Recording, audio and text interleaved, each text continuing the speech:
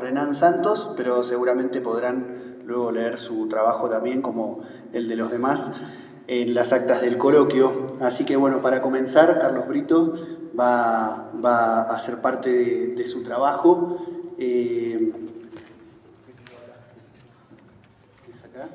Bueno, su trabajo se titula La fenomenología francesa entre la ontología y la aontología, Althusser, Lacan, Derrida y la visualidad espectral.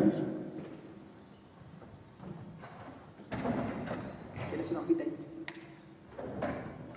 Ahí la gusta acá. Bueno, muchas gracias, Mariano. Estoy muy contento de estar en el coloquio. Dos aclaraciones antes de leer. Por un lado, el texto tiene varias citas, con lo cual solo voy a aclarar que son citas, diciendo cita, en las citas más largas, para hacer más fluida la lectura. En las citas más cortas que están integradas al texto lo voy a señalar con una inflexión de la voz y haciendo así. Y después que al final del texto hay una referencia a la coyuntura nacional argentina local, lo digo para los compañeros y las compañeras de afuera, si no se entiende o si queda algo en el aire, lo podemos conversar después. Y voy a hablar rápido, así que voy a necesitar el agua. Bueno, el texto se llama La fenomenología francesa entre la ontología y la ontología, Althusser, Lacan, Derrida y la visualidad espectral. ¿Quién eres tú?, inquiere Hamlet a la apariencia espectral en la que creía advertir la presencia de su padre muerto. ¿Quién eres tú, que usurpas esta hora de la noche junto con esa figura hermosa y valiente en que antaño caminó la majestad del sepultado rey de Dinamarca? Por el cielo, te conjuro a que hables. Perdón, acabo de subir la escalera y... Hamlet, príncipe de Dinamarca, invocaba al cielo para conjurar la inquietante presencia del espectro que le asediaba, la sombra espeluznante que se cernía sobre él. Habría que ver cómo huele hoy Dinamarca, pero en Argentina sin dudas la cosa huele mal.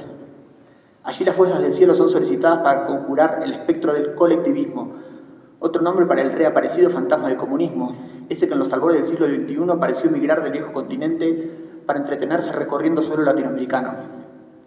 Pero ¿a cuento de qué este comentario sobre Argentina, Althusser, espectros y comunismo? Aquí hace 2 años, en Buenos Aires, en este mismo coloquio, traíamos un comentario deslizado por Althusser casi al pasar, donde señalaba nuestra época como la asignada por la más dramática de las pruebas, el descubrimiento del sentido de los gestos simples de la existencia, ver, oír, hablar, leer. Decíamos entonces que nuestro marxista argelino es claro sobre el hecho de que es a Freud a quien debemos la posibilidad de empezar a sospechar lo que quiere decir hablar y callar y escucharse, y a Marx empezar a descubrir lo que significa leer y escribir. Pero nada, pocas o casi ninguna pista sobre por dónde empezar a comprender lo que quiere decir ver. Y decíamos también allí que, paradójicamente, es en el propio Althusser en quien tenemos una posibilidad de empezar a sospechar del sentido de la vista, del sentido de lo visto. Lo que vamos a decir es que esa posibilidad nace a condición de poner algunos de sus textos bajo otra mirada, una que arranca la letra althusseriana del terreno en el que ella se constituye y la deposita violentamente en el campo de una discusión fenomenológica, pero para liquidar allí todo proyecto de la fenomenología. Este puede parecer un objetivo bastante curioso, por lo que es lícito que se nos pregunte, ¿y dónde se hallaría en Althusser un hilo del que se pueda tirar para llegar hasta allí? A lo que responderemos, precisamente en los pasajes del libro del Capital, donde cierta preocupación por lo visible emerge de modo intempestivo, en el sentido de hacerlo en el marco de una interrogación epistemológica que busca fundar teóricamente el modo de leer que debemos a Marx. Problema que Althusser articula en términos de lo que podía o no podía ver el discurso de la economía política, lo que es de por sí bastante sintomático. Cita: lo que la economía política clásica no ve no es lo que no ve, es lo que ve. El desacierto es, pues, no ver lo que se ve. El desacierto ya no recae sobre el objeto, sino sobre la vista misma. Es un desacierto relativo al ver. El no ver es, pues, interior al ver. Es una forma del ver. Comprender esta identidad necesaria y paradójica del no ver y del ver en el mismo ver es plantear muy exactamente nuestro problema, de la relación necesaria que une lo visible y lo invisible. Y plantearlo correctamente significa darse la posibilidad de resolverlo. Fin de cita. Así que el problema de Althusser es el de la relación necesaria que une lo visible con lo invisible. Sin dudas esto es algo digno de ver. ¿Cómo tomar semejante declaración? Acá vamos a hacerlo diciendo que es tocando su problema, que es epistemológico, que Althusser produce una formulación de la pregunta por lo visible que se puede llevar a otro terreno, para interrogar lo visual en general, y no solamente cuando funciona como una metáfora de conocer. Claro que semejante operación de trasplante exige tensionar, hasta el límite de la hermenéutica, la letra de esa cita. Bien podría, por otra parte, no ser más que un mero juego de palabras, pero acá vamos a asumir el riesgo de tomarla al pie de la letra, para examinar qué concepción sobre la percepción visual puede soportar. Hablamos de juego de palabras y los caminos de la metonimia nos conducen a otros dos teóricos franceses, cuyos espíritus convocaremos en socorro a nuestra cuestión, Jacques Derrida y Jacques Lacan. Al primero, que es argelino-francés, porque en él tanto la fenomenología como la metafísica permanecen bajo sospecha.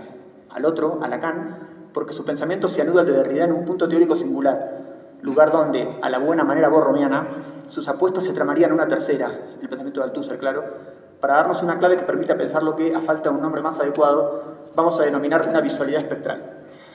Espíritus, espectros, metafísicas, todo esto tiene un tufillo de idealismo y de religión.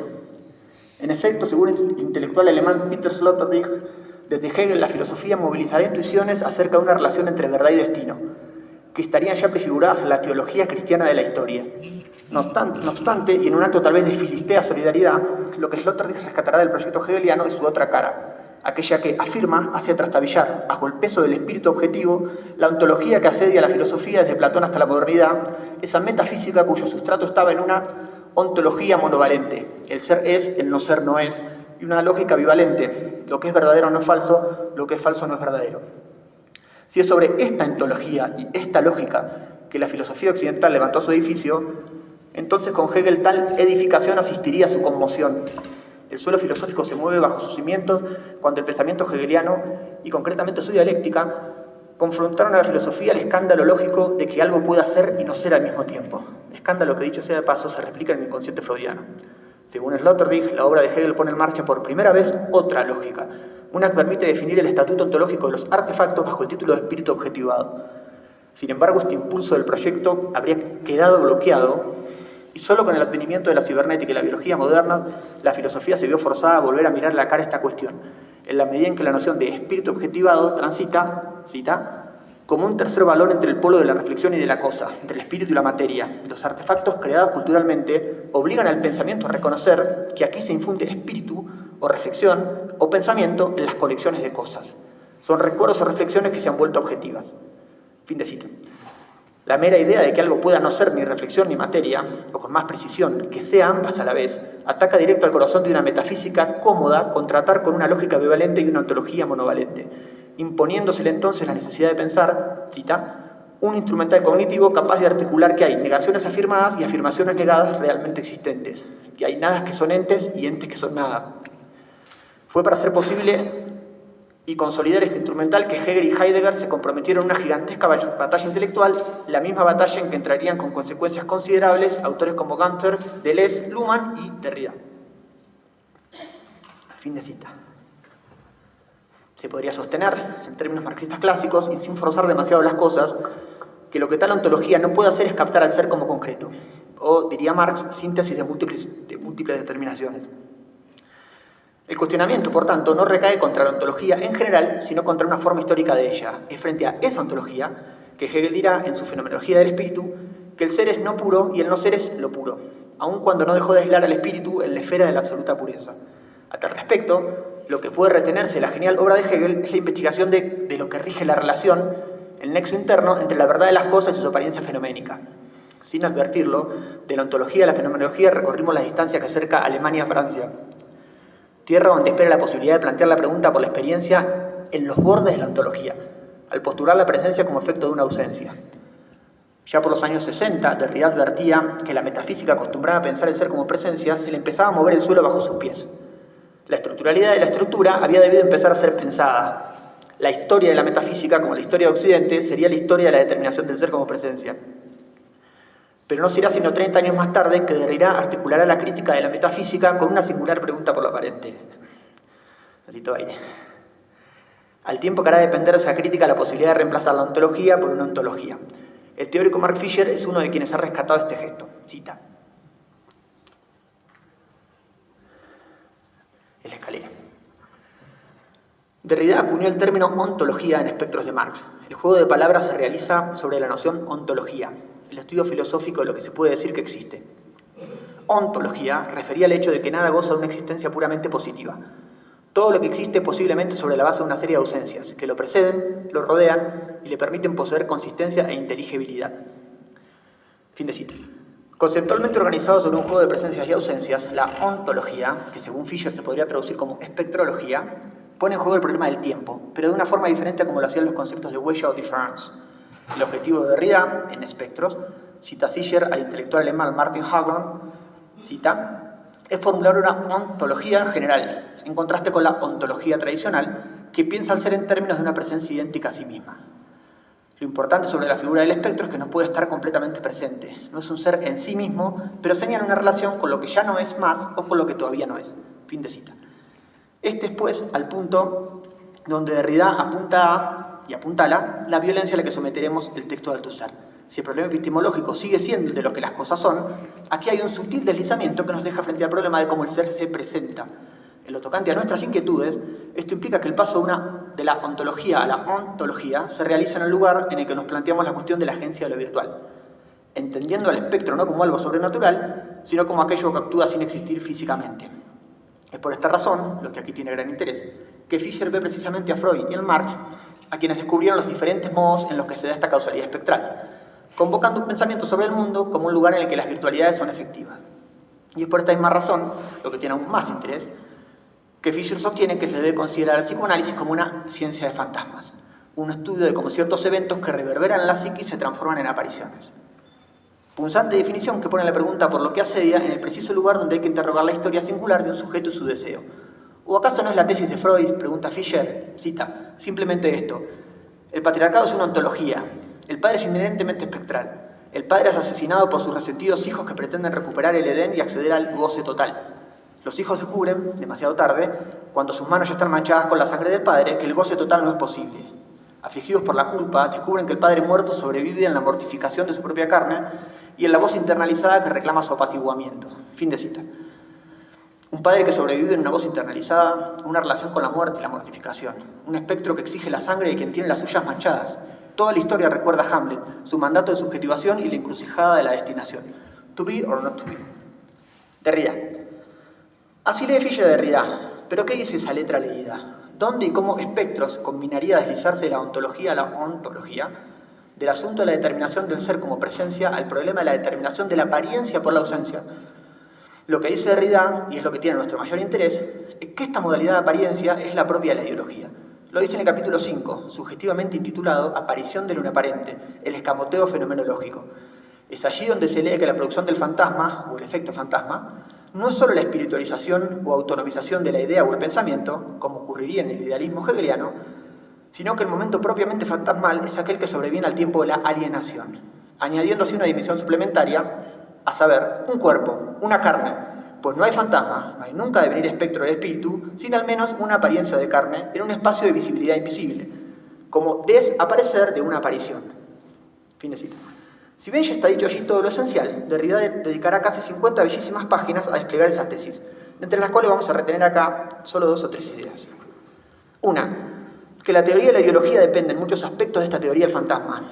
Cita, lo ideológico como mutatis mutandis, el fetiche, sería la encarnación segunda conferida a una idealización, la incorporación en un cuerpo que no es ni perceptible ni invisible, pero sigue siendo carne. Un cuerpo sin naturaleza, un cuerpo no físico. Igual que aquel que, protegido tras su visera, dice I am the Father Spirit, es incluso un cuerpo visible-invisible, sensible-insensible, y siempre bajo la férrea protección de algún artefacto, el yelmo del hidrogema o el fetiche dentro de la armadura.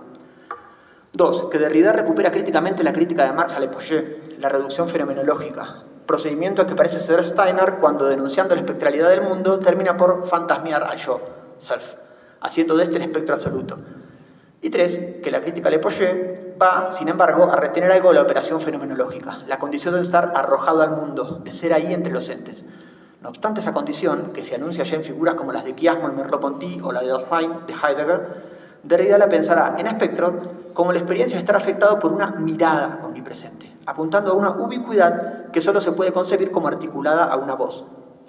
La técnica para tener visiones, para ver fantasmas, es, en verdad, una técnica para dejarse ver por los fantasmas. El fantasma siempre me mira, afirmará, para enseguida precisar esta tesis. Cita. No hay un solo espíritu que te mira, puesto que ese espíritu está por todas partes, puesto que viene de todas partes, prolifera a priori, da lugar, privándolos de un lugar, a una muchedumbre de espectros a los que ya ni siquiera se les puede asignar un punto de vista. Invaden todo el espacio. Numeroso es el espectro, más para habitar incluso allí donde no se está, Más, para habitar allí incluso donde no se está, para asediar todos los lugares a la vez, no solo es preciso ver a través de una visera, ver sin ser visto por quien se deja ver, yo, nosotros, es preciso hablar y oír voces. Entonces resuena el rumor espectral. Fin de cita. De todo esto derribaba a colegir que el sujeto que asedia no es identificable, no se le puede ver, ni localizar, ni atribuir forma alguna. Y por tanto, no se puede decidir entre la alucinación y la percepción. Tan solo hay desplazamientos. Uno se siente mirado por aquello que uno ve. Bienvenida esta indecisión entre alucinación y percepción, porque el desplazamiento entre ellas nos permite desplazarnos ya de un Jacques a otro. Lacan. Si la extraña, paradójica, fugaz, furtiva y elusiva forma de apariencia que parece ser el objeto de la ontología es la propia tanto de la teoría de la ideología como de la psicoanálisis, no debería sorprender que hallemos en Lacan las armas teóricas para salir a cazar fantasmas. Específicamente hablamos de la panoplia que constituye sus nociones de mirada, cuerpo y petit a, dado que es con ellas que el síntoma es ubicado a un nivel que toca directamente nuestra cuestión. Cita. Para nosotros analistas y para muchos otros antes, desde el giro marxista, la verdad no tiene otra forma que el síntoma. El síntoma, es decir, la significancia, las discordancias entre lo real y la ideología, si quieren, pero con la condición de que para este último término, la ideología, incluyan la percepción. La percepción es el modelo de la ideología. Reflexionando sobre lo que implica situar la cuestión del síntoma a nivel de la dialéctica entre lo verdadero y la apariencia, tomada a partir de la percepción, que Lacan se ve llevado a confesar su deuda con una fenomenología de la cual, no obstante, juzga que es menester desprenderse. A ello se debe que, dando a sus estudiantes el libro póstumo de su amigo Merleau-Ponty, comenté, cita, lo visible y lo invisible puede señalar para nosotros el punto de llegada de la tradición filosófica de la que podemos decir que, de un punto de partida tomado en el mundo estético, se determina para dar al ser un fin. Y no en balde Maurice Merleau-Ponty reconoce en el ojo su rector. En esa obra, a la vez terminal e inauguradora, descubrirán un regreso y un paso adelante en la vida de lo que primero había formulado Merleau-Ponty en la fenomenología de la percepción. Evoca la función reguladora de la forma. Fin de cita. Lacan dice que Merleau-Ponty tensiona allí los límites de lo que antaño fuera su fenomenología, permitiendo plantear muy precisamente, como quería el Tusser, el problema de la dependencia de lo visible respecto de aquello que nos pone ante el ojo del vidente. Esta fórmula, no obstante, no parece dejarlo del todo conforme y enseguida la va a rectificar. Cita, ese ojo no es sino la metáfora de algo que más bien llamaría el brote del vidente, algo anterior a su ojo. El asunto es deslindar la preexistencia de una mirada. Solo veo desde un punto, pero en mi existencia soy mirado desde todas partes. Fin de cita. El fondo teórico de todo esto es la tesis sobre el esquicio entre el ojo y la mirada, que no sería sino la forma específica de manifestación de la pulsión a nivel del campo escópico. Y queda además en claro que allí es la mirada lo determinante. La mirada, o sea, aquello que encontramos en el horizonte como tope de nuestra experiencia, a saber, la falta constitutiva de la angustia de castración. La mirada, o la mancha, como la llama ahí también, es definida por Lacan como lo que rige secretamente la constitución del mundo en el campo escópico, constituyendo la marca de la preexistencia de un dado haber respecto de lo visto. Es sobre este cuerpo de tesis que Colette Soler ha podido sostener que, para Lacan, la percepción es un campo ordenado, pero ordenado en función de las relaciones del sujeto con el lenguaje, y no por el aparato cognitivo ni por la perspectiva de la percepción. Lo que en última instancia implica que, cita, lo que veo no lo vería, por decirlo así, si no fuera un sujeto producido por el lenguaje. Es decir, que lo que veo no lo veo simplemente como animal, como organismo dotado de visión, sino en tanto ser humano, en tanto sujeto del significante. Fin de cita. Se puede ir más lejos en la dirección que señala la tesis de Soler y advertir que el hecho de que la función de la mirada sea ligada a la angustia de castración indica que toda esta reflexión se elabora en el marco de una economía política del goce, la cual indaga las marcas del orden significante sobre el cuerpo. Asoman allí ya los rudimentos de la tesis del nudo Borromeo y la teoría de los tres registros, pues la captura del sujeto de la malla simbólica implica la puesta en marcha tanto de la maquinaria de lo imaginario como de la dimensión libidinal. En otras palabras, en el concepto de mirada, Lacan anuda los hilos teóricos de la ley, la imagen y el goce a la trama de la pulsión escópica, lo que significa que no hay brote del vidente sin ley paterna, identificación materna y renuncia a la satisfacción.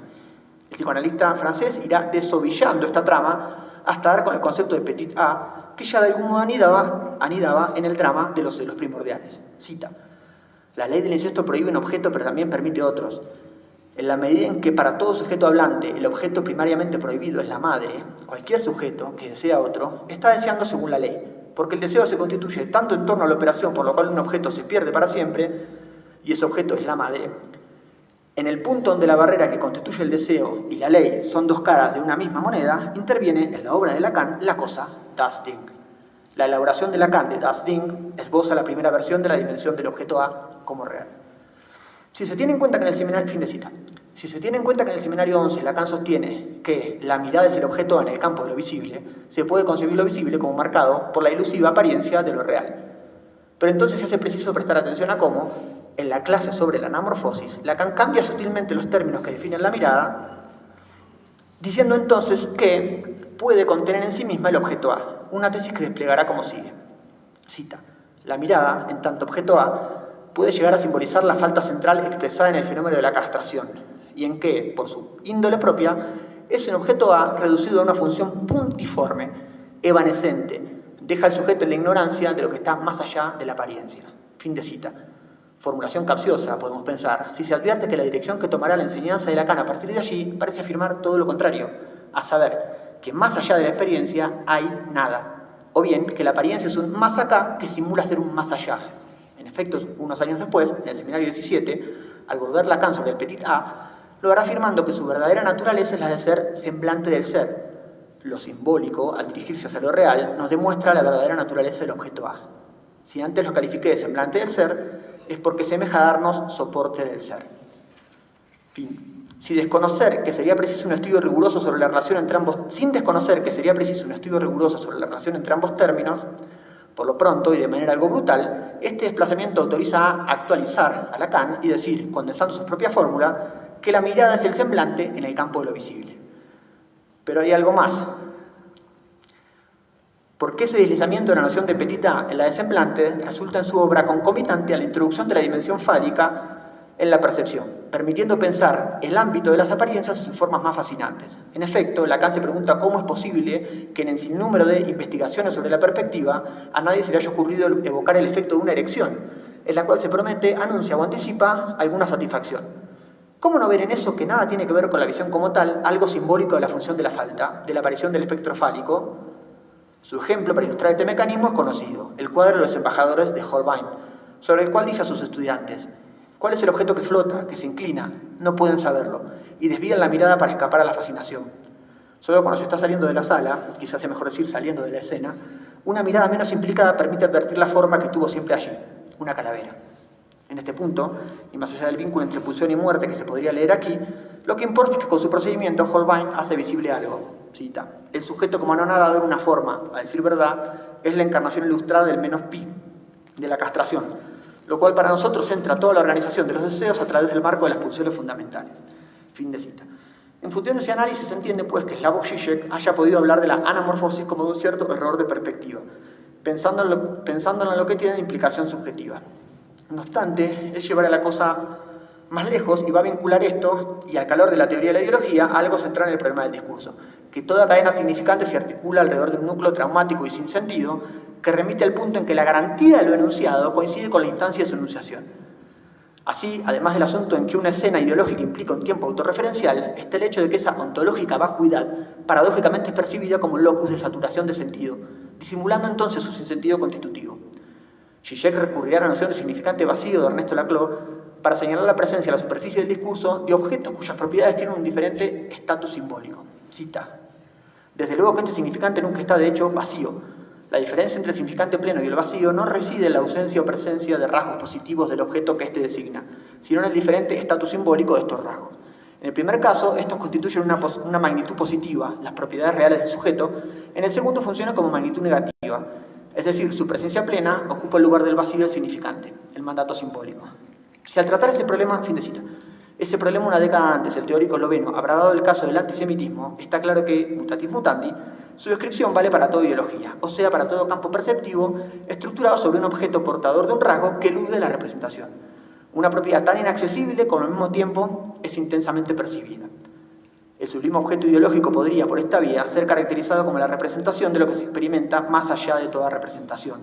La vivencia de que hay algo en el objeto más allá del objeto, o, en palabras del esloveno, de que hubiera, cita, algo en él más que él, es decir, el objeto petit a lacaniano. Lo buscamos en vano en la realidad positiva porque no tiene congruencia positiva, porque es simplemente la objetivación de un vacío, una discontinuidad abierta en la realidad mediante el surgimiento del significante. Althusser. Ya voy terminando. ¿Y dónde se dirá a esta altura? Algo de eso está en Althusser, dado que el coloquio es sobre Althusser. Lo encontramos, respondemos, en el preciso momento en que se propone mostrar cómo funciona concretamente toda ideología. Esto aparece en estado práctico, sin ser reflexionado, y de allí quizás que su presencia pase desapercibida. Sea como sea, intuimos que la manera en la que él describe el funcionamiento de la ideología pone en juego elementos cuya formalización se puede comenzar a realizar con el auxilio del pensamiento de Derrida y Lacan. Su ejemplo, como es bien sabido, es el de la ideología religiosa cristiana, pero aclara que lo que de ella se dice vale para toda formación ideológica. Su estrategia es hacer hablar a la ideología cristiana. ¿Qué es lo que dice? Cita. Dice, me dirijo a ti, individuo humano llamado Pedro, para decirte que Dios existe y que tú debes rendirle cuentas. Y añade, es Dios quien se dirige a ti por mi voz. La Escritura ha recogido la palabra de Dios, la tradición la ha transmitido, la infalibilidad pontificia la ha fijado. Dice, este es quien eres, tú eres Pedro, este es tu origen, has sido creado por Dios desde toda la eternidad, aunque hayas nacido en 1920 después de Cristo. Este es tu lugar en el mundo, esto es lo que debes hacer. Fin de cita. Althusser menciona como al pasar que estamos ante un discurso del todo conocido y banal, pero a la vez del todo sorprendente. En efecto, lo primero que sorprende, si se lo analiza, es encontrar allí la tesis derridiana sobre el momento de asumir una mirada mediante la internalización de una voz, y cuyo producto, y Althusser lo señala, es la producción de un yo que recibe una destinación. Pero eso no es todo, porque más sorprendente aún es ver que a ese momento de enajenación le sigue un segundo de encarnación, que nos remite a ese segundo momento derridiano en que lo anunciado por la voz debe adquirir una forma tangible, sensible, haciéndose visible y reconocible. En efecto, luego de sostener que los sujetos del pueblo de Dios son sus espejos, sus reflejos, y de señalar que Dios, el gran sujeto, tiene necesidad de los hombres hasta en la horrorosa inversión de su imagen en ellos, Althusser remata el pasaje con el siguiente razonamiento. Cita, mejor aún, Dios se desdobla a sí mismo y envía a su Hijo a la tierra, como simple sujeto abandonado por él. Sujeto pero sujeto, hombre pero Dios. Dios tiene por tanto necesidad de hacerse el mismo hombre. El sujeto tiene necesidad de convertirse en sujeto, como para mostrar empíricamente, de forma visible a los ojos, tangible a las manos, a los sujetos que, si son sujetos, sujetos al sujeto, es únicamente para volver a entrar finalmente el día del juicio, como Cristo, en el seno del Señor, en el sujeto. Fin de cita. El ejemplo es claro respecto al hecho de que este segundo momento no es para Althusser, como no lo era para Derrida, ni accidental ni execrable. Dios necesita hacerse hombre, afirma Althusser. Necesita dar a los hombres una imagen, unos rasgos concretos donde reconocerlo, en los que reconocerse y mediante los cuales Dios reconocerá a los suyos, los que obran con él en el corazón. Dios puede así ver a los suyos y es el mismo visto en Cristo, marcando el punto donde todo este alucinante procedimiento no puede ya ser comprendido por la ontología monovalente y su lógica bivalente, ya que Dios es Cristo y no es Cristo, y Cristo es Dios y no es Dios. Él, con minúscula, con la minúscula, es Él, o en términos de Zizek, Dios es eso en el objeto, Cristo, que es más que el objeto, algo en Él más que en Él. Él, en lo visible de la ideología, el sujeto es elevado a la dignidad del sujeto, es Dios quien se dirige a ti por mi voz.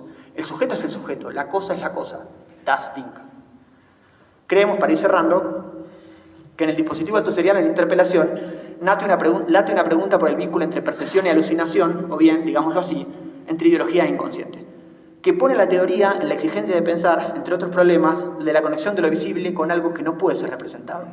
Insuficiencia que es confesada en la circularidad tautológica y autorreferencial, por medio de la cual Dios nos precave sobre la esterilidad de pretender verlo totalmente. ¿Quién eres tú, Señor, que me dices que por mí derramaste tu sangre? Yo soy el que soy, mostrando la necesidad de lo que está más allá de la representación permanezca así, razón por la cual se vuelve objeto de una interdicción. Si la ideología funciona dando a ver, lo que ella muestra representa algo, o más precisamente a alguien, un sujeto, que no puede y no debe ser representado, que nunca está inmediatamente allí, sino que aparece en interpósita persona. Desde este punto de vista, la ontología sería la ciencia de los fenómenos para las que la ontología tradicional no alcanza. Algo está muerto, pero vivo. Es visible, pero invisible. Es afirmación negada y negación afirmada. Cristo es y no es Dios. Dios es y no es Cristo. Desde este punto de vista, luego, esa ontología de la determinación de la apariencia por la ausente deja al desnudo la cicatriz temporal de la herida perceptiva. En tanto, un fantasma siempre tiene que ver con la historia singular de la captura de la criatura por el significante, que es cuando empieza la historia del sujeto. Ciencia de fantasmas, ciencia del tiempo. Presencia conjunta de ausencias. Visibilidad que es invisibilidad. La ontología es, en suma, esa superfenomenología en la que Derrida advierte el problema de la ideología. Nada azaroso tiene, entonces, que en el análisis de Althusser resuene, como su propio eco, en las palabras de su coterráneo argelino. Cita, creo que es la última. ¿Acaso no juega el hombre Dios el mismo papel en la fenomenología del espíritu? ¿Acaso no es el momento crístico y dentro de él el momento eucarístico, la hipérbole del encarnizamiento? Si todo espectro se distingue del espíritu por una incorporación, por la forma fenoménica de una casi encarnación, Cristo es entonces el más espectral de los espectros. Nos dice algo acerca de la espectralidad absoluta. Sin dicha encarnación, ¿tendría el concepto de la encarnación algún sentido, alguna probabilidad histórica? Jesús es a la vez el más grande y el más incomprensible de los espectros, de los fantasmas. Fin de cita. Entre Althusser y Lacan, entre Althusser, Lacan y Derrida, la ontología puede situarse así, en el lugar de la teoría donde el inconsciente funciona con la ideología, frase de Althusser, mismo lugar donde, según el intelectual argentino Jorge Alemán, el discurso está contaminado por el petit a. De esta manera, en el nudo lacaniano en que se traman mirada, cuerpo y petit a, que a su vez convoca para atarse a ellas, y los teóricos de Derrida, Michel Pechet y Merleau-Ponty, un nudo sin dudas muy francés, es posible relanzar la teoría de la apariencia en el problema althuseriano de la ideología. Un relanzamiento que, como enseña Althusser, es menos un asunto teórico que político, o bien es teórico por ser político. Señalemos ya para cerrar que el desplazamiento de la mirada así convocado permite advertir que no hay que ver ni incongruencias ni disparates en la invocación del anarcocapitalismo a las fuerzas del cielo, sino más bien la etapa superior de un modo de producción que niega su propia descomposición. Ver ahí los estertores, el paroxismo desesperado de un proyecto que, impotente de articular ya toda defensa racional, echa mano al sostenimiento libidinal demandando que se crea en su palabra. El neoliberalismo desesperado obtendría así su fuerza de la furia de la desesperación, que es la de las creencias cuando agonizan o se ven amenazadas, porque si es preciso un soporte afectivo para creer, también se debe creer para ver. Y esa es la razón de que la voz de este neoliberalismo habla del sujeto y habla al sujeto, fórmula de Althusser, para que él vea, en medidas políticas y económicas muy sensibles, el futuro que anhela pero que vivencia como largo tiempo ya diferido, para que al fin divise la tierra que por años se le ha prometido pero a la que nunca llega. Pero también porque, y las escrituras lo dicen, ningún Canaán se consigue sin lucha, sin sangre, sin combatir a los ateos, los herejes, los incrédulos. En este sentido, la invocación a las fuerzas del cielo debe verse como el sucedáneo político de la política del Paráclito, el Espíritu Santo, esa etérea e inclasificable entidad cuya única definición es su función, ser el tertium que asegura el vínculo entre dos polos, conectando lo visible, Cristo, a lo inefable, Dios, para producir así un Mesías. En este caso, el Mesías Milei es esa figura sensible que está entre nosotros, pero por medio de quien habla y nos llega la voz de ese Dios invisible, que es, nos dicen, anarcocapitalista. La ontología, entonces, puede verse como el procedimiento que permite pensar una política audiovisual que mire a los ojos el problema de la producción sociohistórica de los fantasmas. Permite pensar el proceso donde, del otro a uno, se constituye el sujeto dentro de un sistema de evidencias, entre las cuales una, la primera, el punto donde el petit a contamina el significante, funciona como semblante. La falta en ser, que simulando ser, soporta la operación de subjetivación. Permite pensar, en suma, qué cosa podría llegar a ser una política espectral. Lo que pensamos, en definitiva, es que la trabajosa prueba de la que hablaba Althusser aún aguarda, pero que su urgencia ha crecido cuando la pregunta por lo que quiere decir ver cobra el peso que tiene nuestra coyuntura, cuyo futuro anterior deja verse, cual si una bola de cristal se tratase, en lo que hoy asedia a la Argentina. En otros términos, cuando quien encabece el gobierno de la tercera y más radicalizada avanzada neoliberal de aquel país apuntale ese proyecto de devastación en la frase «no la ven», la pregunta por qué clase de ceguera hay allí en juego ya nos puede ser diferida. De entender, de percibir esa urgencia, quizás dependa en buena medida que aún haya algo que queramos ver en el futuro. Gracias. Participantes. Ahora vamos a escuchar a Martina Sosa, cuya ponencia se titula Imaginario y Fantasma, de Althusser a Lacan, coordenadas para una exploración.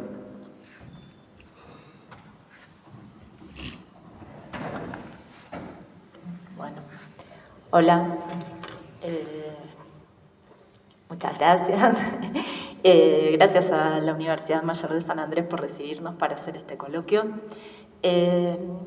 Quería empezar por explicitar que el recorrido que voy a desplegar, aun cuando es bastante abstracto y teórico, está orientado por una serie de preguntas que estamos construyendo de manera colectiva en las discusiones de la cátedra y los equipos de investigación que integro y que dirige Natalia Romé.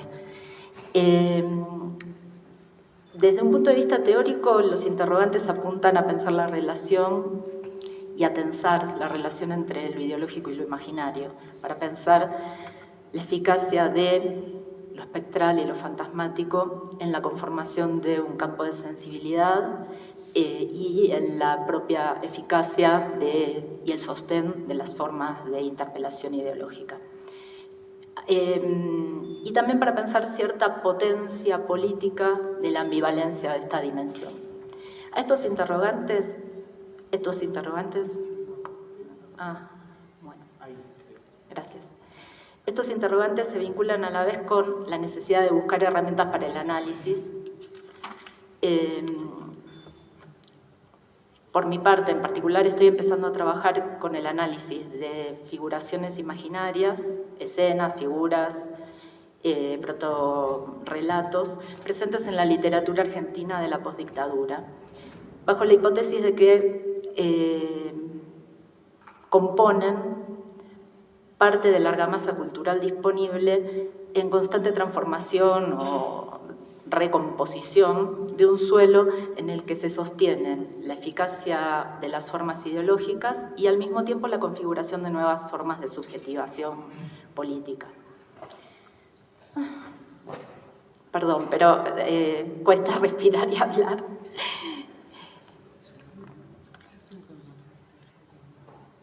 Empiezo entonces con el recorrido más teórico, marcando algunos hitos que me permiten ubicar ciertas coordenadas para explorar los conceptos de imaginario y de fantasma.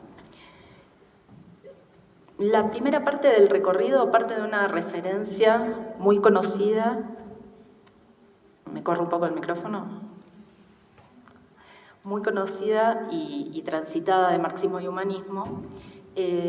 Allí Althusser indica que la ideología concierne a la relación vivida de los hombres con su mundo, relación que aparece como consciente y simple con la condición de ser inconsciente y compleja.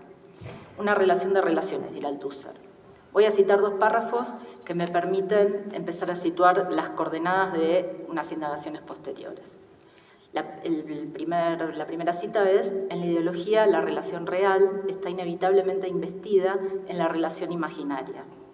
Sobre determinación dirá, lo agrego yo, unas líneas antes, de la relación real y la relación imaginaria. Relación que expresa más una voluntad conservadora, conformista, reformista o revolucionaria, una esperanza o una nostalgia que la descripción de una realidad. La siguiente cita es: en esta sobredeterminación de lo real por lo imaginario y de lo imaginario por lo real, la ideología es por principio activa y refuerza o modifica las relaciones de los hombres con sus condiciones de existencia en esa misma relación imaginaria. En este primer esbozo de la teoría de la ideología, cuyo aspecto va a ser recuperado en los desarrollos sobre la reproducción, emerge ya una diferencia, un desajuste más bien, en el marco del cual es posible ubicar algunos de los interrogantes que siguen. Este desajuste es básicamente el de lo ideológico y lo imaginario, o el de lo imaginario como desajuste del ideológico. Porque en ese juego por el cual lo representado en lo ideológico es la relación imaginaria, esa relación vivida, esa relación a través de la cual los sujetos ideológicos viven su relación con el mundo, es al mismo tiempo efecto y condición de lo ideológico. Avanzo un poco en lo que voy a tratar de desplegar después y digo que pareciera ser también lo imaginario respecto de lo ideológico, soporte y exceso. Esta particularidad, para comenzar, permite ubicar lo imaginario como una dimensión después vamos a trabajarlo más en Lacan, con una gramática y una economía propias que la distinguen de lo ideológico, aun cuando resulta impensable fuera de la relación con esta instancia. Hacia alguna de las especificidades de esta dimensión imaginaria que pretendo explorar, se pretenden explorar en este trabajo, son delineadas en los párrafos citados. La primera sería el señalamiento de una dimensión que parece pivotear entre lo consciente y lo inconsciente, apuntando a una forma de pensar la subjetividad y la vivencia subjetiva incluso, que a la vez que se desmarca de la percepción conciencia como centro, aspira a dar cuenta de la eficacia del reconocimiento y de la experiencia vivida. En segundo lugar, la alusión a una implicación, fundación mutua del sujeto y el mundo, imaginaria, impensable al mismo tiempo como totalidad cerrada sobre sí misma, que sitúa esa relación como algo que involucra y se sostiene en la afectividad y, como veremos más adelante, en el cuerpo. En ese desajuste, exceso de lo imaginario respecto de lo ideológico, de lo imaginario respecto de lo real y de lo ideológico respecto de la sobredeterminación de lo imaginario y lo real, se producen refuerzos y desplazamientos que tienen una eficacia propia. El segundo hito en esta exploración en Althusser parte de algunos señalamientos o puntualizaciones de otro texto que es La única tradición materialista, y pueden conectarse o ponerse en serie con esta aparición de lo imaginario como desajuste y a la vez conectar lo imaginario con lo fantasmático. Es que ahí, en este texto, a propósito de la pregunta ¿por qué podemos aprender hoy de Maquiavelo sobre la acción política, sus condiciones factuales y sus variaciones coyunturales?, Althusser produce un rodeo en el que se lee a Maquiavelo con Spinoza y a Spinoza con Freud. A propósito de la figura del zorro que utiliza Maquiavelo para caracterizar la necesaria virtud del príncipe y que Althusser caracteriza como una especie de intuición semiconsciente, semi-inconsciente, que le indica al príncipe qué actitud debe adoptar en tal o cual coyuntura, el filósofo francés sostiene, bueno, voy a leer un párrafo medio largo. Spinoza, que no habla del zorro, habla sin embargo de su naturaleza. Nace de la conversión, por desplazamiento interno, como hemos visto, de las pasiones tristes en pasiones alegres. Y hemos visto también que esta conversión-desplazamiento, que por anticipación hace inmediatamente pensar en Freud, no tiene nada de una iluminación o un simple esfuerzo intelectual, como quisieron los pobres teóricos, teólogos de las luces, sino todo lo contrario. Tiene que ver totalmente con el desarrollo de los movimientos del cuerpo, su libre agilidad y disposición de sí en el conatus, sus reflexiones y sus invenciones, que produce en la mens el desplazamiento de las pasiones tristes a pasiones alegres.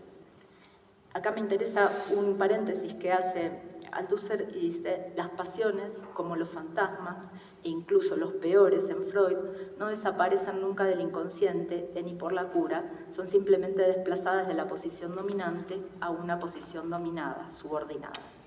El zorro es entonces, por excelencia, el cuerpo, su potencia liberada. Estamos aquí muy cerca de la interpretación de Spinoza y Nietzsche por Deleuze. Pero para Deleuze, contrariamente a Freud, esta potencia inconsciente del cuerpo no se traba en configuraciones de fantasmas dominantes y dominados. Y acentúo esto porque es lo que me interesa rescatar, una de las cosas que me interesa rescatar específicamente.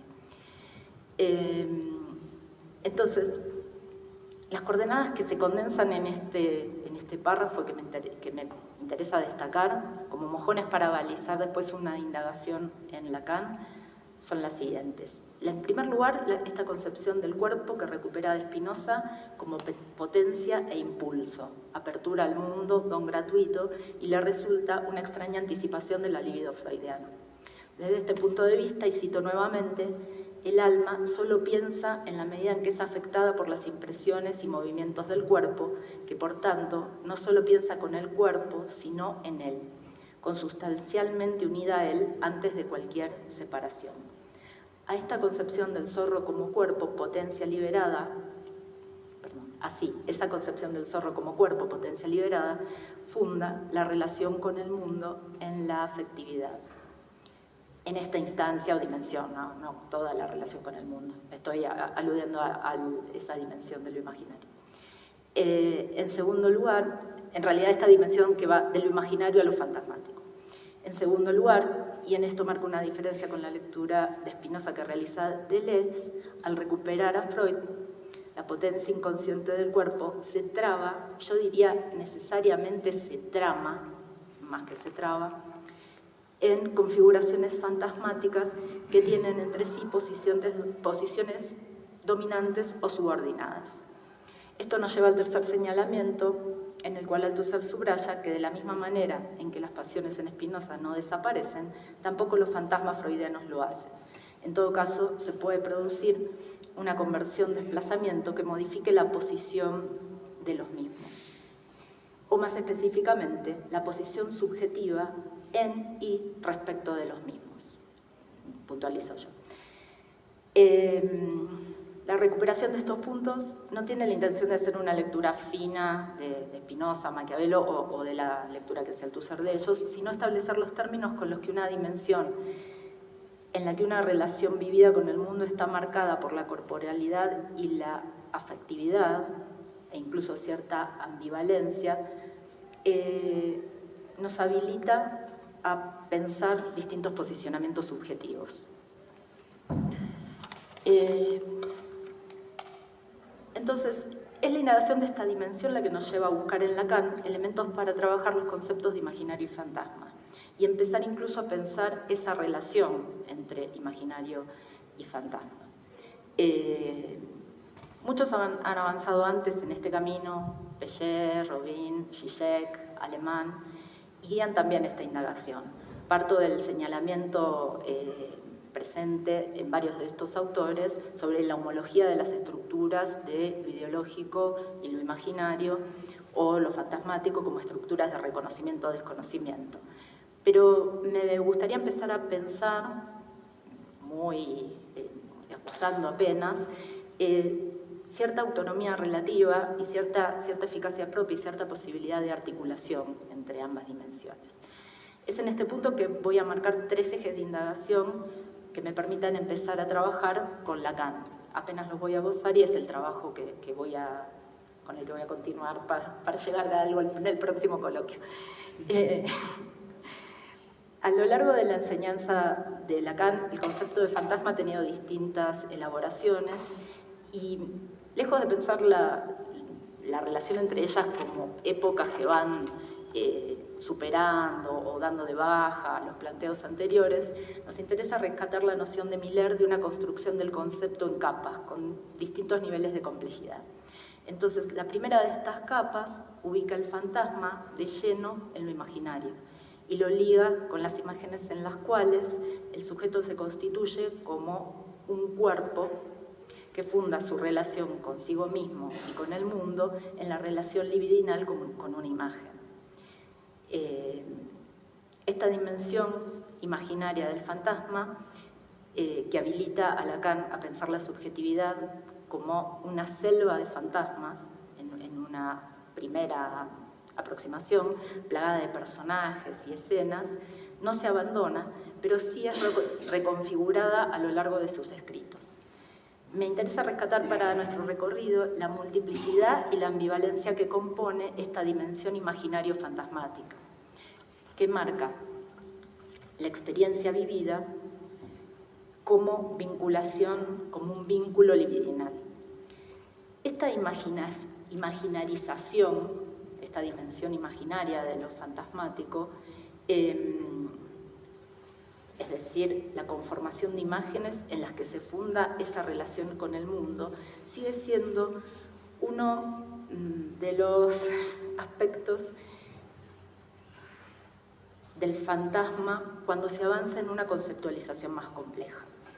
Digamos, no es que hay algunas lecturas de las distintas etapas de Lacan que piensan que esta problematización del fantasma como imaginario o este aspecto imaginario de lo fantasmático es un primer Lacan que después es abandonado. Y en realidad la necesidad de ese aspecto o esa dimensión de imaginarización, esa dimensión imaginaria de lo fantasmático, está siempre presente.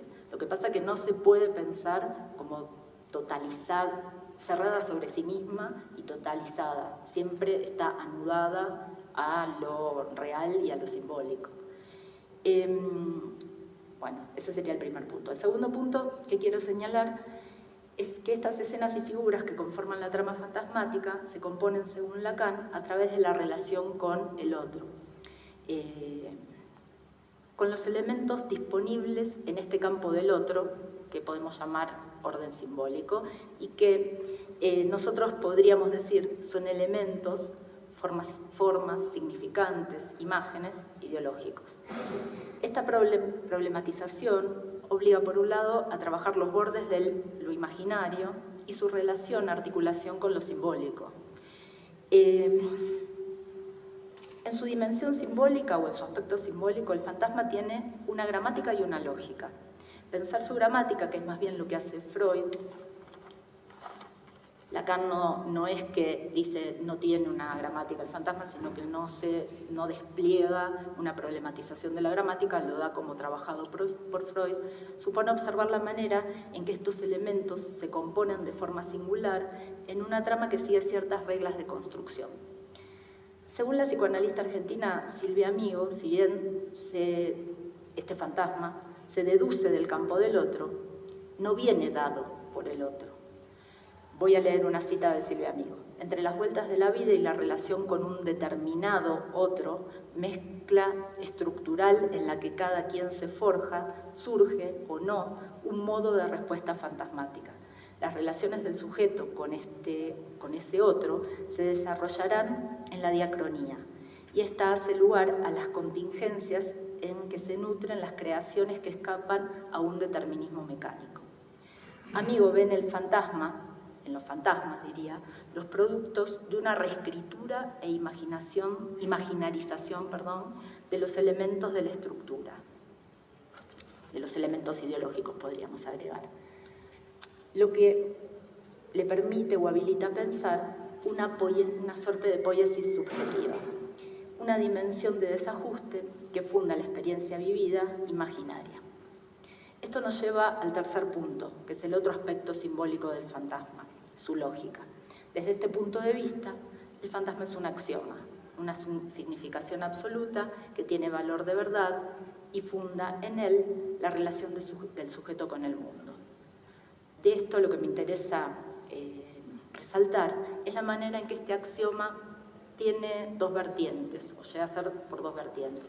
Ser la respuesta al deseo del otro y ubicarse en el lugar de la falta, del significante, de lo imposible de representar en el campo significante.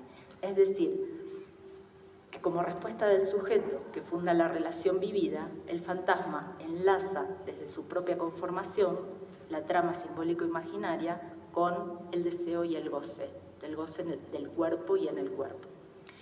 Podría pensarse entonces como un axioma encarnado.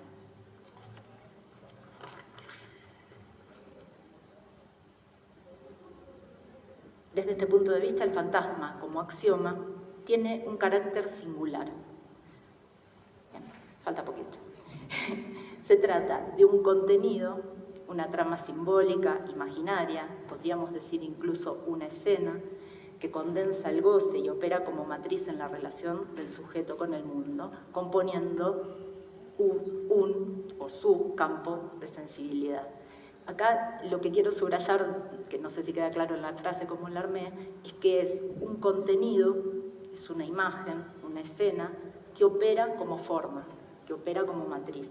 Y es ese carácter paradójico otro de los aspectos que me interesaría seguir analizando. Bueno, listo. Para terminar entonces, encuentro en estos tres puntos las coordenadas para avanzar en una indagación sobre el fantasma lacaniano que permita conceptualizar una dimensión cuya composición puede pensarse como efecto y sostén de lo ideológico, pero al mismo tiempo sea irreductible a él. Esta dimensión permite dar cuenta de la configuración imaginaria de la experiencia y su eficacia, a la vez que no la concibe como absolutizada o cerrada sobre sí misma.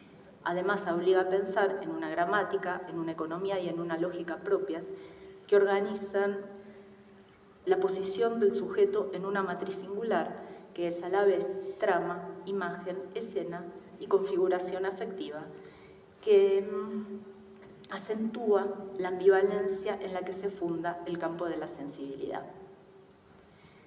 Lejos de pensar lo fantasmático en el análisis social a través de fórmulas establecidas, la fantasía ideológica de la sociedad como totalidad orgánica, diría Zizek, o cuya función se limite a la repetición, creemos que los aspectos resaltados habilitan a pensar en distintas configuraciones fantasmáticas, e incluso con Silvia Amigo no tengo tiempo ni lo articulé, pero dice formas de su desconfiguración o de su desentramado en la coyuntura contemporánea, en cuyas coordenadas el sujeto se inscribe de distintas formas. Así lo fantasmático puede dar cuenta de distintas relaciones imaginarias o con lo imaginario, en las que los elementos y formas ideológicas se pueden repetir, pero también reactivar y transformar.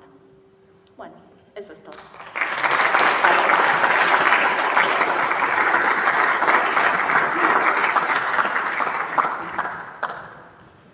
Bueno. Bueno, después de haber escuchado a Martina Sosa y puesto que Renan Santos, como hemos mencionado, no va a estar presente hoy aquí en esta sala, damos paso a Althusser y la repetición, la última exposición de esta mesa por Vicente Montenegro.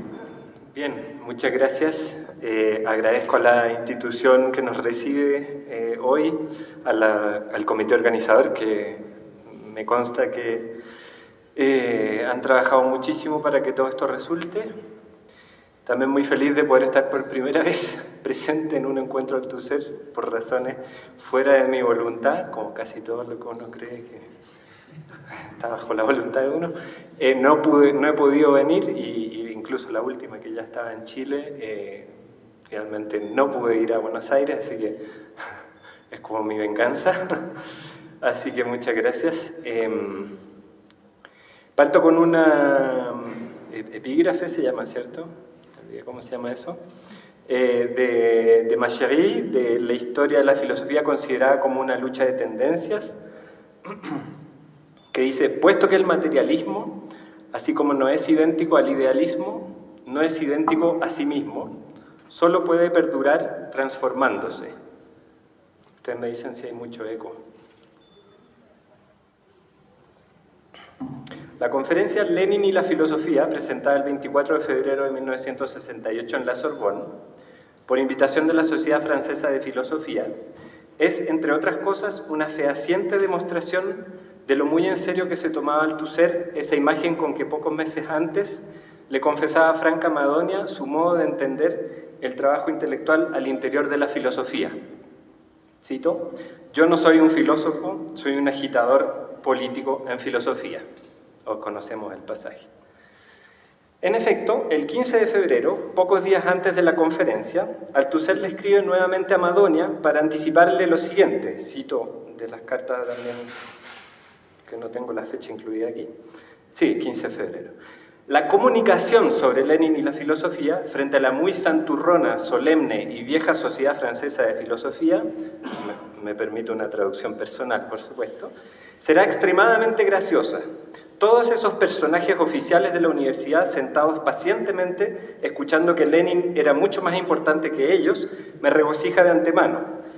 Me pican las manos, eso quizás es demasiado chileno, me pican las manos por decirle algunas cosas que simplemente les impedirían hablar, del tipo rodear las ciudades por los campos, cambiando completamente las reglas tradicionales de la guerra y de la estrategia filosófica, porque no tendrían nada más que decir y sin que siquiera puedan culparme, pero me voy a contener. Hasta ahí la cita.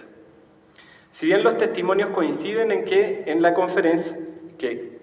conferencia fue un éxito en términos de público, el anfiteatro Michelet estaba repleto, quedando varios asistentes fuera, la estrategia diseñada por Althusser no parece haber producido el resultado esperado, al menos no exactamente. Es cierto que Althusser provocó la incomodidad de ciertos auditores, a tal punto que Jean Val, quien presidía la sesión, se vio en la necesidad de interrumpir la exposición de Althusser para señalar lo insoportable que eran sus palabras.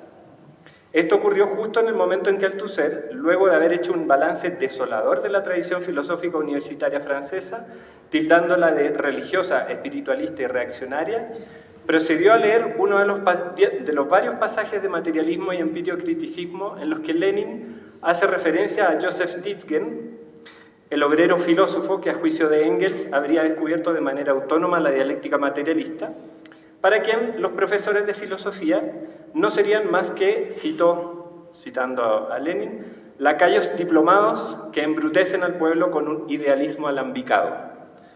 Ocupo la traducción al español disponible de la obra de Lenin. Pero al finalizar la exposición, Althusser no logró dejar callada a su audiencia por no tener nada más que decir, como había imaginado de manera arrogante. Muy por el contrario, varios de los asistentes tenían bastante que decir. Las intervenciones de Paul Ricoeur, Jean Hippolyte y Jean-Pierre Fay, a las que Althusser responde de mala gana y de manera parcial, están lejos de ser las objeciones insustanciales en las que, de manera soberbia, le habla nuevamente a Madonia en una carta posterior. En cualquier caso, en ninguna de las intervenciones de esos prominentes asistentes se pone mayor atención a un singular elemento de la exposición de Althusser, que aparece en medio de una de las tesis más representativas del programa althuseriano de la época y que quizás por ese mismo hecho, resulta opacado, desplazado a un lugar secundario, marginal, incluso residual, dentro de la economía del discurso que Althusser despliega en esa conferencia, de modo tal que permanece, por así decirlo, camuflado y resulta prácticamente invisible al ojo de quien lee. Me refiero, que sorpresa cabe, al concepto de repetición. La tesis en cuestión, una de las grandes tesis filosóficas de Lenin, tal como lo formula Althusser en su conferencia, refiere a la historia de la filosofía, o más bien a lo que sería una radical subversión del modo en que la historia de la filosofía ha sido entendida y canonizada hasta el día de hoy. En lugar de una secuencia más o menos continua de saberes o discursos que, ya sea por acumulación o por refutación, dan cuenta de cierto progreso en la filosofía, a partir de Lenin, argumenta Althusser, se puede considerar la historia de la filosofía como una lucha entre dos tendencias antagónicas, el idealismo y el materialismo. Sin poder detenerme aquí en la discusión específica de esta tesis, que da bastante para comentar, en su brutal simplicidad contiene, sin embargo, elementos teóricos de gran interés. Quisiera concentrarme en la serie de tesis consecutivas en las cuales, por así decirlo, esta tesis general se va modulando. Desde luego, la tesis según la cual la historia de la filosofía no puede ser entendida como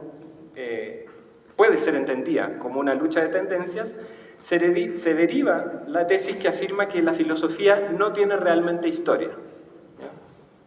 Pues, cito, ¿qué es una historia que no es más que la repetición del choque de dos tendencias fundamentales?, pregunta Althusser. Como consecuencia de esta tesis, se sigue también la tesis según la cual la filosofía no tiene objeto, al menos no en el sentido en que una ciencia tiene objeto. Tesis discutida con mayor detalle en el curso de Filosofía para Científicos, que Althusser publica años más tarde con el título, no retenido en la traducción al español, de Filosofía y Filosofía Espontánea de los Científicos o de los Expertos, les savants. Los sabios, pero sería raro decir sabios. Es en medio de esta secuencia que aparece la tesis que me interesa explorar aquí y que implica el concepto de repetición. Cuando Althusser afirma que la filosofía no tiene historia, propone lo siguiente, cito nuevamente todo esto de Lenin en la filosofía: en el límite, la filosofía no tiene historia. La filosofía es ese lugar teórico extraño donde no ocurre propiamente nada, nada más que esta repetición de la nada. Hasta ahí la cita. Esta nada, como se sabe, corresponde al vacío de una instancia tomada, definición igualmente célebre de lo que Althusser entendía por la operación filosófica elemental. Trazar una línea de demarcación, de nuevo, se trata aquí de una lección que Althusser recoge directamente de Lenin. La esencia de la nueva práctica de la filosofía consiste en una intervención en el dominio de la teoría. Es así que Althusser precisa su tesis. En lugar de una historia de la filosofía, lo que existe es más bien una historia en la filosofía. Es decir, cito nuevamente, una historia del desplazamiento de la repetición indefinida de una traza nula, cuyos efectos son reales. Hasta ahí la cita. Es interesante notar que en medio de la formulación de estas tesis aparecen dos referencias filosóficas que para varios de los oyentes de Althusser, la santurrona Sociedad Francesa de Filosofía, puede haber resultado desconcertante encontrar asociadas al nombre de Lenin. El primero es Heidegger, que de hecho aparece de manera indirecta cuando Althusser cita y comenta otro pasaje de Materialismo y Empiriocriticismo en el que Lenin nuevamente hace referencia a Joseph Dizgen a propósito de la filosofía entendida como Ausweg der Auswege, es decir, como el más incierto de los caminos inciertos, según la traducción al español, la que encontré al menos. Habría que ver cómo dice Dizgen la frase, serie de traducciones que hay entre medio, pero en fin. Lo distintivo es que Althusser traduce esa famosa frase como «Le chemin des chemins qui ne mènent nulle part», que es literalmente la frase con la que la obra de Heidegger, Auswege, fue traducida al francés, «caminos que no llevan a ninguna parte». De allí que Althusser sostenga que no puede haber buen camino en filosofía y que cualquier concepción de la filosofía como la búsqueda del mejor camino, la filosofía como método, está destinada al fracaso o bien se engaña al denegar su naturaleza esencialmente polemológica. Para Althusser, entonces, decir que la filosofía es ese lugar extraño, vacío, donde no ocurre propiamente nada, nada más que la repetición de una nada, significa, cito, decir que la filosofía no lleva a ninguna parte porque no va a ninguna parte. Las vías que abre son efectivamente, como decía Titgen antes que Heidegger, unos Holzwege, caminos que no llevan a ninguna parte. Hasta ahí la cita.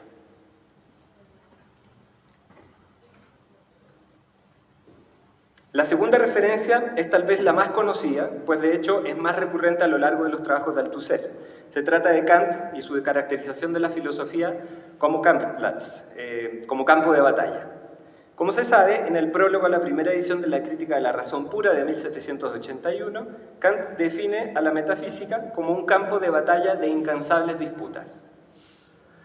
Althusser recoge esta imagen para adaptarla a su tesis de la filosofía como repetición indefinida de un conflicto que muchas veces toma la forma de una denegación inconsciente de ese mismo carácter conflictivo. Cito nuevamente a Althusser: desde que la filosofía existe, desde el Theorem de Platón hasta el filósofo funcionario de la humanidad de Husserl, e incluso hasta Heidegger en algunos de sus textos, la historia de la filosofía está también dominada por esta repetición, que es la repetición de una contradicción, la denegación teórica de su propia práctica y gigantescos esfuerzos teóricos por registrar esta denegación en discursos coherentes. Esta es la cita. O sea, la historia de la filosofía en su totalidad prácticamente es la denegación de ese conflicto esencial o de ese carácter conflictivo de la filosofía. En obras tan coherentes como la de Platón, como la de Husserl. Aunque en Lenin y la filosofía, Althusser no desarrolla mayormente esta tesis, en sus notas sobre la filosofía, redactadas entre 1967 y el 68, específicamente en una nota sobre el inconsciente filosófico, Althusser hace explícito el vínculo entre la tesis «la filosofía no tiene historia, la filosofía es eterna», en el sentido en que el inconsciente sería eterno, o más bien atemporal, porque no es el concepto que usa Freud. La otra tesis que dice que no ocurre nada en filosofía y la filosofía es repetición, ¿ya? En esas notas aparecen todas estas tesis vinculadas como formando parte de una misma elaboración teórica. Todas estas tesis convergen en torno a la cuestión de la teoría del efecto filosofía. Cito de las notas sobre filosofía: una teoría del efecto filosofía que al mismo tiempo sea teoría de esa nada que se repite indefinidamente en la filosofía. Está ahí la cita. De manera esquemática, son unas notas, Althusser sostiene en estas notas que una teoría del efecto filosofía exige pensar una teoría de los mecanismos que lo producen, es decir, una teoría de la causalidad del efecto filosofía que, previsiblemente, sería una causalidad estructural, lo que significa que sería un tipo de causalidad inmanente que pondría en juego un sistema de instancias entre las que habría que considerar lo que Althusser llama aquí el inconsciente filosófico. Cito nuevamente: el inconsciente filosófico está construido por el agenciamiento de una cierta cantidad de fantasmas filosóficos primarios. A propósito de las presentaciones que acabamos de escuchar. Hasta ahí la cita. De allí que, en un texto del 68, sobre la relación de Marx a Hegel, intervención de Althusser en un seminario de Jean Hippolyte en el Collège de France sobre Hegel, poco antes de que muriera de hecho, en una explícita analogía con el psicoanálisis, Althusser retoma estas proposiciones para señalar la tarea fundamental de la nueva práctica de la filosofía inaugurada por Marx. Cito: es necesario, a través de un trabajo sobre los fantasmas de la filosofía, que sustentan sus categorías, mover algo en la disposición de las instancias del inconsciente filosófico para que el discurso inconsciente de la filosofía encuentre su lugar y hable en voz alta desde el lugar mismo que le asignan las instancias que lo producen. Hasta ahí la cita. Puedo volver a leer la cita porque es un poco tautológico, pero no lo es. Como le explica Althusser en la discusión que sigue a la conferencia de Lenin y la filosofía, lo que le interesa poner de relieve es la idea de que la filosofía funciona, y que funciona de una manera especial, es decir, que posee mecanismos específicos que producen determinados efectos y que esos efectos pueden ser repetidos a un determinado tipo de causalidad. Ese funcionamiento merece ser estudiado, dice Althusser, teniendo en consideración las distintas instancias con las que la filosofía entra en relación en dicho funcionamiento. Guardando las proporciones, dice Althusser, es en este punto que el problema descubierto por Lenin es comparable al descubrimiento que hace Freud en el psicoanálisis. Sin poder discutir aquí en profundidad esta teoría del efecto filosofía, inseparable de una tesis sobre el inconsciente filosófico, quisiera concluir aquí con otra arista del problema que plantea el concepto de repetición, tal y como este es formulado en la conferencia Lenin y la filosofía. En su prefacio a la reedición francesa de Pour Marx, publicada en 96, realizando un balance del trabajo de Althusser, Etienne Balibar se refiere a la nota a los lectores que Althusser redacta el 67 para la traducción de su libro a otras lenguas, y que los editores de esta nueva edición, como ustedes supongo sabrán, deciden incluir en el libro, en esta nueva edición, a modo de posfacio. En esta nota, sostiene Balibar, se pueden encontrar prácticamente todos los elementos de la autocrítica que Althusser hará explícita a partir de Lenin y la filosofía, y que seguirá desarrollando luego en elementos de autocrítica y en algunos textos de posiciones. Justamente a propósito de este motivo específico de la autocrítica en Althusser, Balibar argumenta que expresan cito, una propensión ambivalente a volver sobre sí para justificarse, para rectificarse o deshacerse, incluso destruirse. Hasta ahí la cita. Propensión o tendencia que, sin ser exclusiva de Althusser, conocemos múltiples casos de autocrítica, ¿no?, adquiere en su trabajo proporciones fuera de lo habitual. Cito nuevamente a Balibar: el problema es que estas rectificaciones se repiten y que, repitiéndose, se transforman. Está ahí la cita. Aunque Balibar no lo sugiere, me parece que este gesto, lejos de ser un problema en el sentido de un defecto o una limitación, Balibar había hecho referencia a este mismo problema en Tito a Althusser, Vuelve a callarte, que lo dice de manera casi dramática. Althusser acababa de morir y lo dice lamentando que ese sea un rasgo típico del trabajo de Althusser, esa autodestrucción, digamos. Me parece que, lejos de ser un problema o una limitación, me parece un problema altamente productivo, perfectamente coherente, de hecho, con una de las definiciones que el propio Althusser ofrece de la filosofía, o más precisamente de esta nueva práctica de la filosofía que descubre en la práctica teórica de Lenin. Lo curioso, incluso anómalo podríamos decir, es que este modo de proceder nunca puede volverse una práctica completamente dominable ni perfectamente consciente, pues opera justamente al nivel del inconsciente filosófico, produciendo desplazamientos, haciendo que las cosas se muevan, en una palabra, produciendo diferentes efectos filosóficos. De este modo, las constantes autocríticas, y esto es como lo que me interesa proponer como grilla de lectura de los propios trabajos de Althusser, pero de la historia de la filosofía en general. De este modo, las constantes autocríticas de Althusser, su tendencia a volver sobre sí mismo, siguen de manera casi rigurosa esta definición de la práctica filosófica que Althusser elabora a partir de Lenin. Dicho de otro modo, las diferentes variaciones del trabajo teórico de Althusser pueden ser entendidas bajo esta óptica como una práctica de repetición, una repetición de un mismo gesto invariable, el pasivo de una instancia tomada, que sin embargo nunca es idéntico, pues siempre se halla determinado y sobredeterminado, es decir, afectado y desplazado por las diferentes fuerzas o presiones de la coyuntura, produciendo diferentes efectos teóricos y políticos.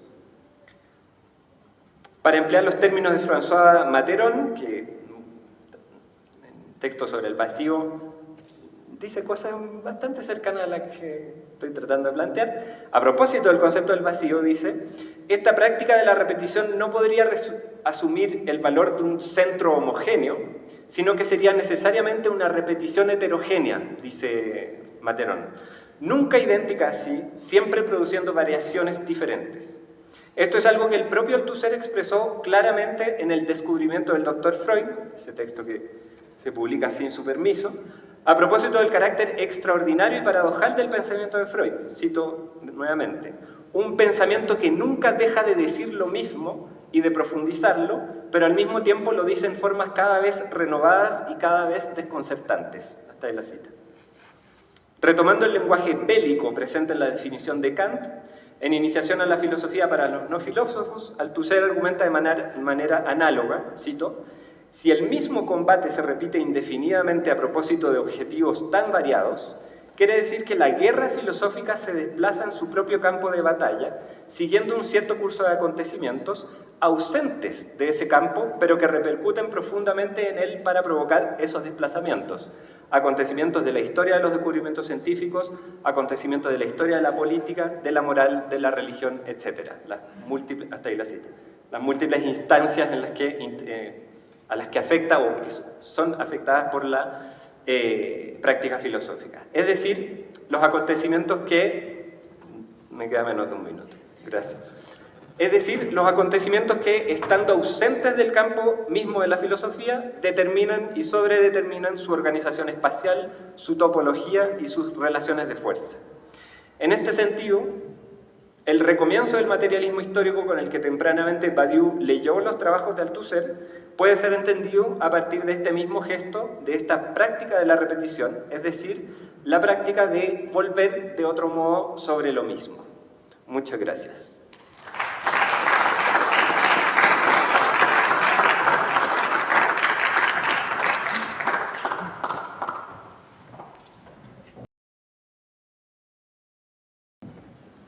Bueno, ahora para cerrar esta mesa, Althusser dentro de sus límites, tenemos más o menos unos 15-20 minutos como para poder conversar un rato, así que si hay preguntas o comentarios sobre las intervenciones, ya las hacemos directamente, tanto preguntas o comentarios y respuestas, devoluciones, sin micrófono. Muchas gracias.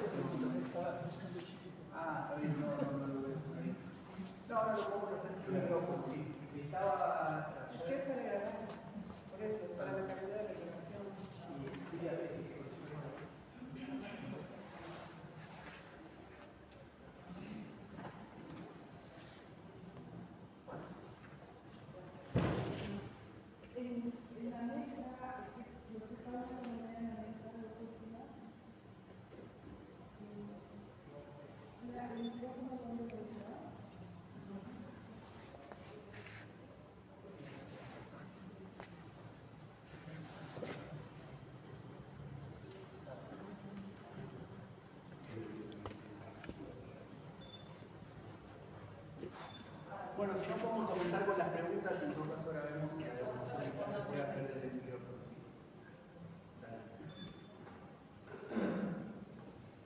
Sí, sí, vos tenías, ¿no? ¿Sí? Sí, dale. Primero agradezco las presentaciones, me gustaron mucho. Tengo una pregunta puntual para cada una, pero tengo comentarios generales para el de Carlos y Martín.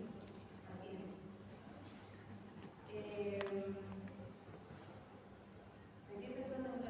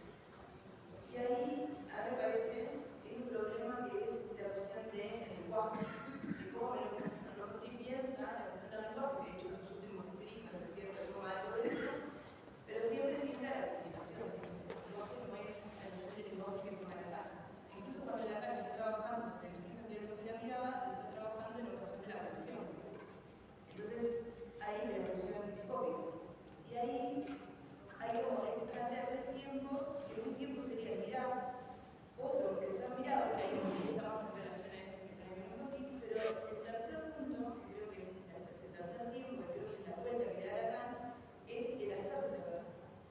Y también hay un punto ahí de cierta subjetivación, digamos, ¿no? Que también está en relación a lo intelectual.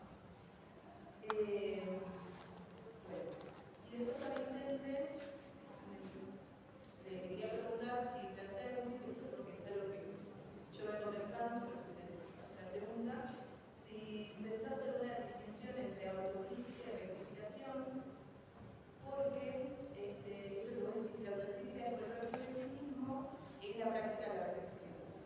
Pero cuando hay una rectificación, al menos como la propuesta de lectura que hace Althusser, es la lectura de síntomas. Entonces creo que hay una diferencia entre la práctica de la reflexión y la lectura de la reflexión, en tanto la lectura de síntomas. Y la rectificación en ese punto no sería tanto una autocrítica, no sería volver de sí mismo, sino que hay algo de la textualidad que se pone en juego, que no está sobre lo que yo dije, sino que mantiene como cierta distancia con ese punto de densidad, ese punto de realización.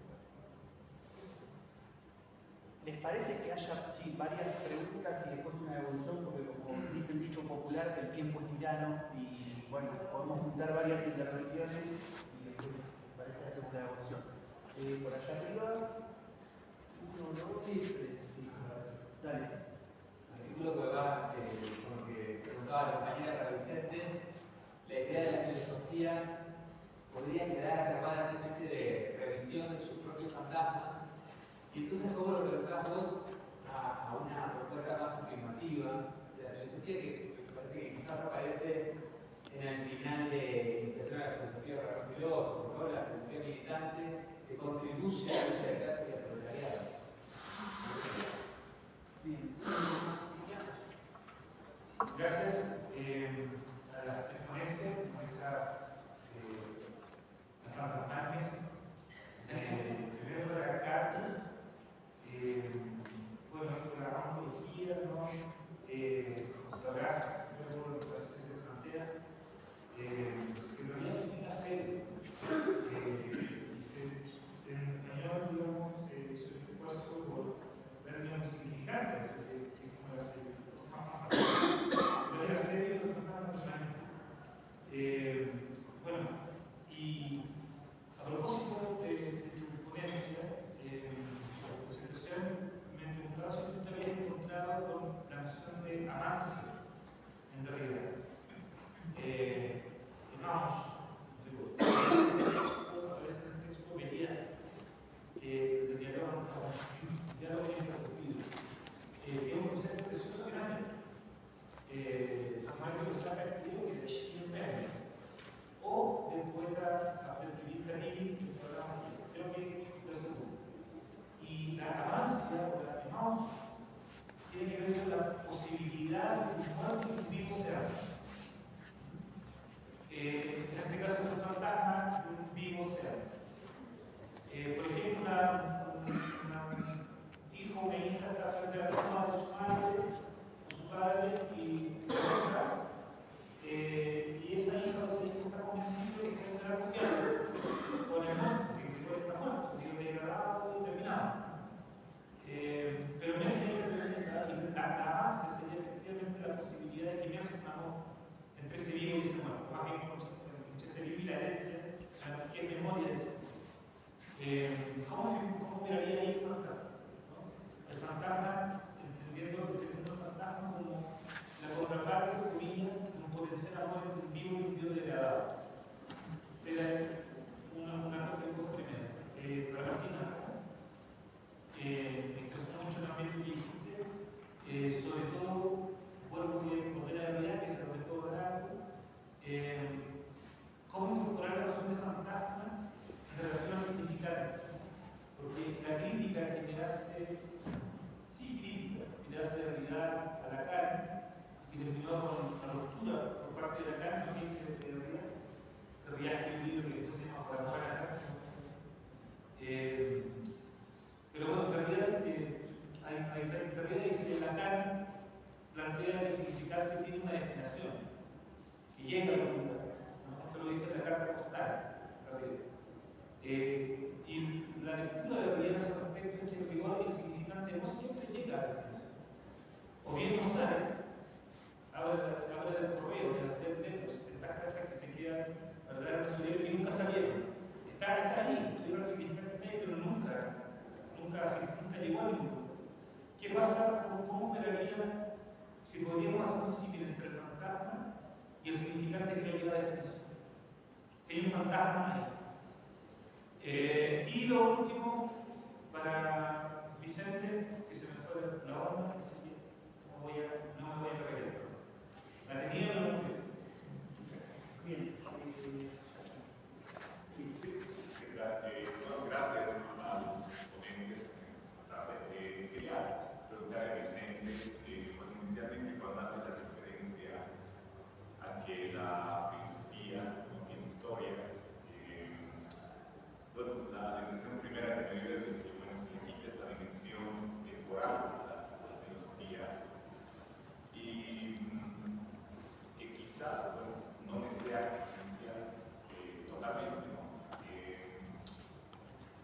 Esa es la impresión que me dio al principio. Y bueno, luego introduce tiempo nuevamente esta dimensión temporal cuando dice que la filosofía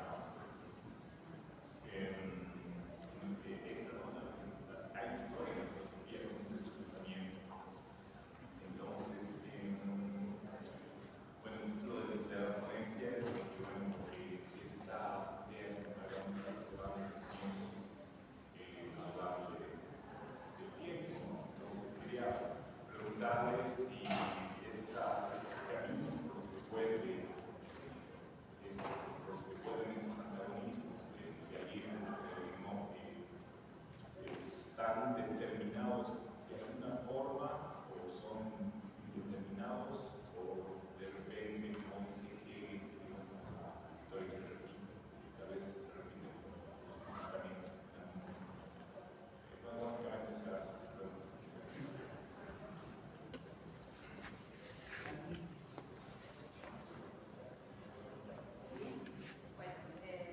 Un comentario y dos preguntas. Me encantaron nuestras intervenciones. El comentario es algo que se armó, que hizo pensar entre las intervenciones de Martina y de Vicente, porque el modo como Vicente trajo el problema de la repetición es una de las formas del fantasma Lacan, ¿no? La teoría del axioma es justamente esa forma, ¿no? que aparece en su manifestación, ¿no? Y que es un orden segundo. Bueno, me parece que ahí hay algo súper interesante para trabajar, esa función fantasmática de la filosofía, si que acaso existe en Althusser. En todo caso, para pensar la rectificación, ¿no? Porque la rectificación es sin orden también, ¿no? También siempre en orden segundo, ¿no? Es la originalidad de la repetición, digamos. Lo segundo que está primero. Un comentario.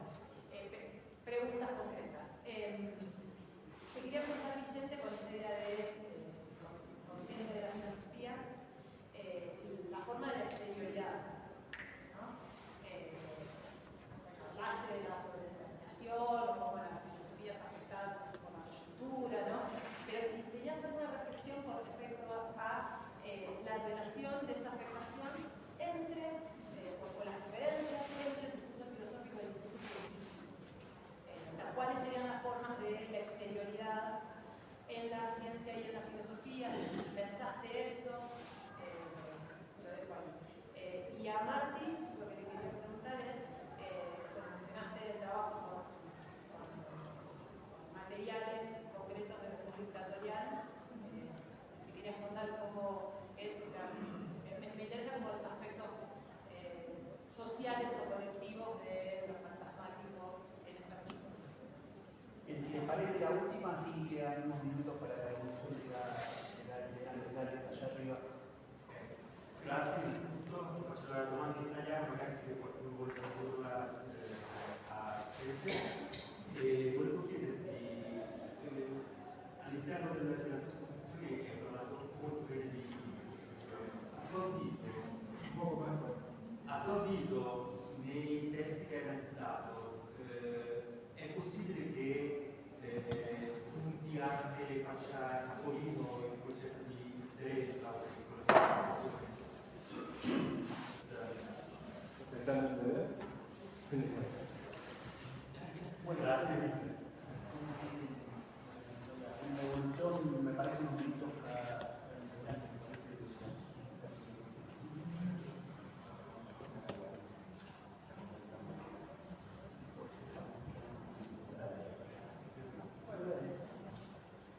bueno, muchas gracias por escuchar las preguntas y contestar lo que pueda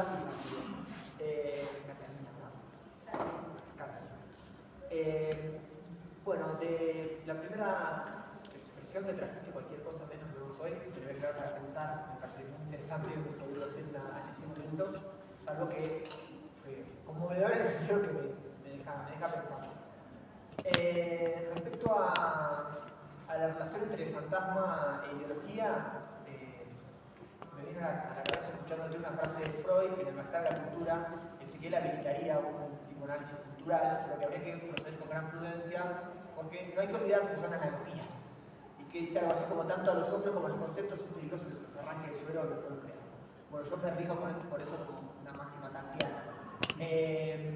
Sí creo, digo, en ese sentido si es una reducción brutal del objeto vale el semblante, creo que hay elementos para hacerlo, pero acá estuvo 10 años escribiendo, entonces habría que hacer ahí un trabajo. Es una manera de plantear ciertas coordenadas sin olvidar que son analogías y que acá hay ciertas licencias condicionadas por la comprensión temporal, entre otras cosas. Además es parte de un trabajo de investigación, hay un montón de cosas que yo estoy explorando y el trabajo creo que se nota.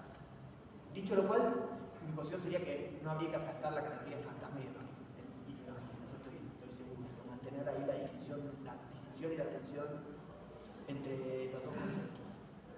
Y algo parecido respecto a la relación entre Merleau-Ponty y Lacan. Lacan, digamos, de alguna forma se pelea hasta donde llega mi conocimiento con Merleau-Ponty de la filosofía de la percepción y recupera de lo visible y lo invisible, dice que está prologado por Claude Lefort.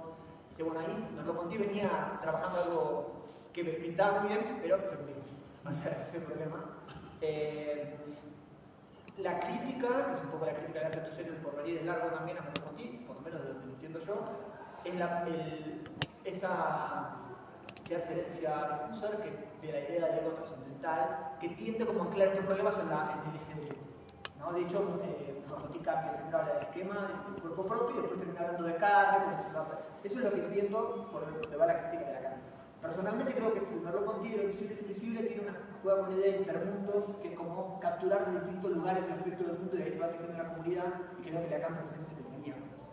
O sea, lo que no hay es como si Merleau-Ponty apuntara a una suerte de comunicación posible como una composición, cuando Lacan lo que diría es que eso es imposible. O sea, lo que no hay, esa es mi lectura determinada por la de Lenin, por ejemplo, lo que no hay es un mundo, le diría Lacan. O sea, hay el intento de dos mundos dividiéndose. Eso te podría decir. Respecto a la falla del imaginario, le paso a la persona. Y en función de lo que decía Jorge, muchas gracias por el concepto de amancia. También me parece que resuena, es muy interesante para pensar eso, para repensar y volver a terminar lo que traté de trabajar en la ponencia, no lo tenía. En el radar sí te podría decir, lo voy a explorar, que me parece que en función incluso del ejemplo que dijiste, creo que se podría pensar como algo sin la función que soportara el fantasma, ¿no? Yo trabajaba al final con esta idea del Espíritu Santo, que no es ni Dios ni Cristo, es esa figura, es la ilusión, por llamarlo de alguna manera, el soporte original que imagina que ahí hay una conexión. O sea, es eso. O sea, esto es esto porque es un acto de fe. No hay otra. Lo que soporta, que siempre es un soporte original, que ahí hay alguna relación. Es una figura extrañísima que es el tercero, por decirlo de una manera semi-aplicada. Pero bueno, todo esto, la conexión está acá. Y no es lo que es exactamente una conexión. No algo tangible, invisible, ni siquiera un concepto. La idea de que ahí hay algo que está en relación. Eso te puedo decir. Eso. Bueno, respecto de esto de que el inconsciente no puede articular yo soy, justamente en el fantasma el sujeto no aparece como sujeto, sino como objeto. En realidad me parece que articular lo imaginario con el fantasma permite pensar una articulación del ideológico con lo fantasmático y del imaginario con lo ideológico que no reduzca lo fantasmático y lo imaginario al biológico, que permita dar cuenta de ese desajuste y entonces permita pensar el sostén de las interpelaciones del soy en una escena en la que el sujeto no aparece como objeto, no aparece como sujeto, no aparece como objeto, aparece posicionado en algún lugar de esa escena. Es verdad que mi presentación tiene la falla que para tratar de acentuar una cierta continuidad entre lo especular y el fantasma, porque hay una ambivalencia en lo fantasmático que puede llevar, Miller hablaba de una suerte de acordeón de lo fantasmático que se puede desplegar y puede llevar a las formas fantasmáticas de la identificación especular hasta el fantasma fundamental, axiomático. Entonces ahí queda como medio pegoteado con lo imaginario. Mi intención era ponerlo en conexión con lo imaginario, pero luego llevarlo al borde y pensar cómo lo fantasmático no se puede reducir al imaginario. Lo supone, pero no se reduce. Pero sí habilita pensar este imaginario altuseriano con una lógica distinta a la del biológico, si bien necesariamente articulada. Sobre la articulación misma del biológico con lo imaginario y fantasmático me falta un poco de trabajo. Me parece que todos los que intentan articularlo, quizás no tanto Piaget, pero que no hay un despliegue, un desarrollo de esto. Pero Piaget tiende a aplanarlo, Alemán tiende por momentos a pensar lo fantasmático más ligado a la psique, como cada uno curva para un lado, curva para el otro, y no me convencen las articulaciones. Este intento de entrar por Althusser era para buscar una forma de articulación que no cometa esas reducciones, bueno, puedo cometer otras. Respecto de la relación de fantasma y significante, dos cosas. Una, que cuando Lacan dice que toda carta llega a destino y todo mensaje llega a destino, es porque la significación es retroactiva, no porque haya una destinación y un significante, sino porque retroactivamente la cadena significante adquiere una significación. Y de todas maneras, lo que dice Lacan, y lo que subraya Miller respecto de la relación del fantasma y significante, es que el fantasma es una suerte de significación absoluta, no interpretable, separada de la articulación significante que se despliega en las formaciones del inconsciente, como esa articulación significante es trama significante, pero opera de manera distinta al orden simbólico, a la retroactividad de la cadena significante. No sé si se puede pensar como un significante que ya y después, respecto de los materiales postdictatoriales, lo que estoy trabajando en un seminario que funciona como una suerte de taller de investigación, en donde estamos trabajando con distintas figuraciones imaginarias, pero para poner un ejemplo, hay una rehabilitación de la familia como forma ideológica en la postdictadura que se sostiene sobre figuraciones imaginarias en donde la familia aparece de manera ambivalente como lugar de resguardo y de aniquilación. Y esa ambivalencia de la familia rota, quebrada, pero a la vez la familia como único espacio de resolución de los problemas históricos sociales, se planta como escena imaginaria en su ambivalencia, no sostiene como la forma ideológica, la predominancia de una forma ideológica familia, pero con una ambivalencia. Otra forma que aparece ligada a esta rehabilitación de lo familiar, y es una frase que tiene el formato fantasmático del hacerse ver, que también es la memoria se lleva en la sangre. Es de una novela de Patricio Prom, El espíritu de mis padres sigue subiendo cuando llueve, y me parece que es como una escena fantasmática que sostiene en su ambigüedad y en su ambivalencia formas de interpelación que tuvieron una potencia muy fuerte como formas de activación política, pero también formas de interpelación discriminatoria, segregacionistas. Entonces me parecía interesante ver cómo aparecían en disponibilidad estas figuras y estas escenas y son retomadas y sostienen distintas formas de interpretación. Bien, vamos a seguir. Sí, pero yo creo que ninguna pregunta en verdad está dirigida a ser respondida satisfactoriamente, así que pero sí, estoy totalmente de acuerdo con él, ¿no? Que autocrítica y rectificación son dos cosas distintas.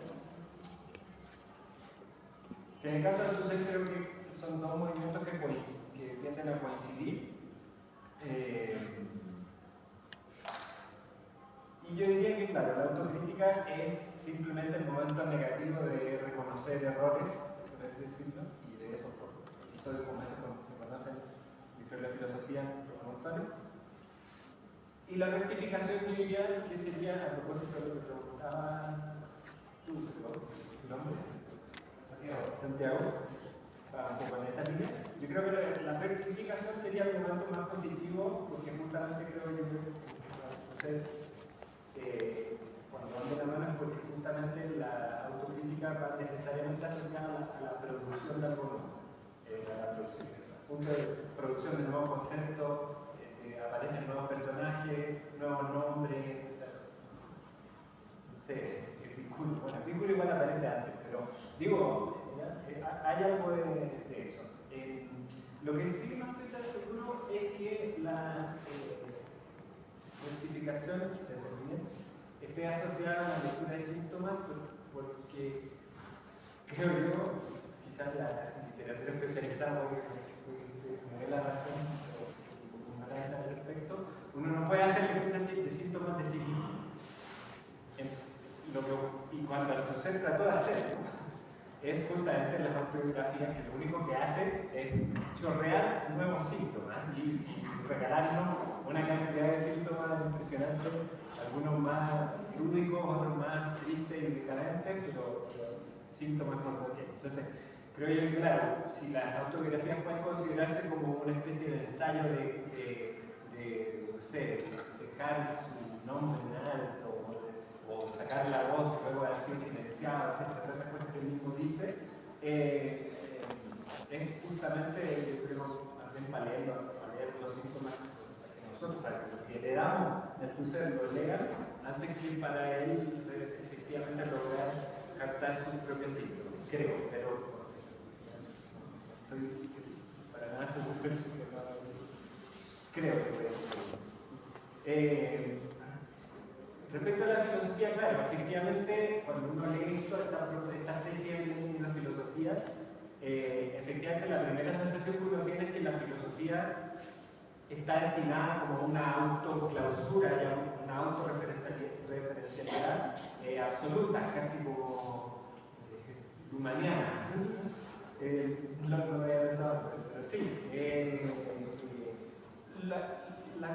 O sea, eso es radical, ¿por qué? Porque justamente, y es en ese punto también en el que Althusser incomoda a todos los oyentes de la conferencia y que a todo filósofo tradicional, si ustedes quieren, y que es decirle, mire, si usted que está formando un sistema filosófico nuevo, que está proponiendo tesis nuevas, mire, ¿sabe qué? Le voy a informar que en realidad usted está repitiendo un conflicto eterno en la filosofía. De manera más sofisticada, menos sofisticada, más especulativa, menos especulativa, unos conceptos que están más a la moda o no, etc. Pero yo diría que justamente lo interesante es que la propuesta de Althusser no se queda simplemente en esa autorrecursividad, sino que justamente a partir del reconocimiento de esa autorrecursividad, el interés de la intervención filosófica justamente realizar una práctica teórica que tenga efectos sobre los otros planos de, digamos, el saber, el conocimiento o las demás prácticas no discursivas, la política. ¿Sí? Entonces, yo diría que esa es la gran preocupación de la docente, que no alcanza a elaborar esa teoría, justamente por eso lo que mencionaban son en las notas sobre la filosofía, hay casi páginas que son unos punteos simplemente. No alcanza a quedar 100% elaborada esa teoría del efecto filosófico, de cómo la intervención filosófica, el trazado de una línea de demarcación, de vacío de instancia tomada, etcétera, etcétera, produce efectos en otras instancias de lo social, de lo real en general. Así que yo diría que por ahí está salida para no entender esta tesis de que la filosofía no tiene historia, que es la repetición del mismo gesto, no es necesariamente, no desemboca necesariamente en una cláusula.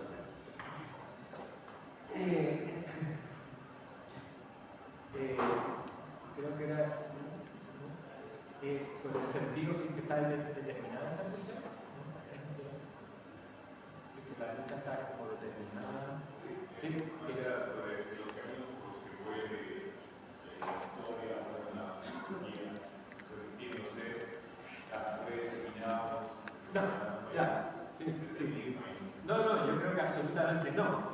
¿Por qué? Porque las dos referencias mayores en esta elaboración teórica, creo yo, es literalmente Freud, dice la filosofía es eterna, porque se traduce mal, pero que es atemporal, si se quiere, tal como el inconsciente es atemporal.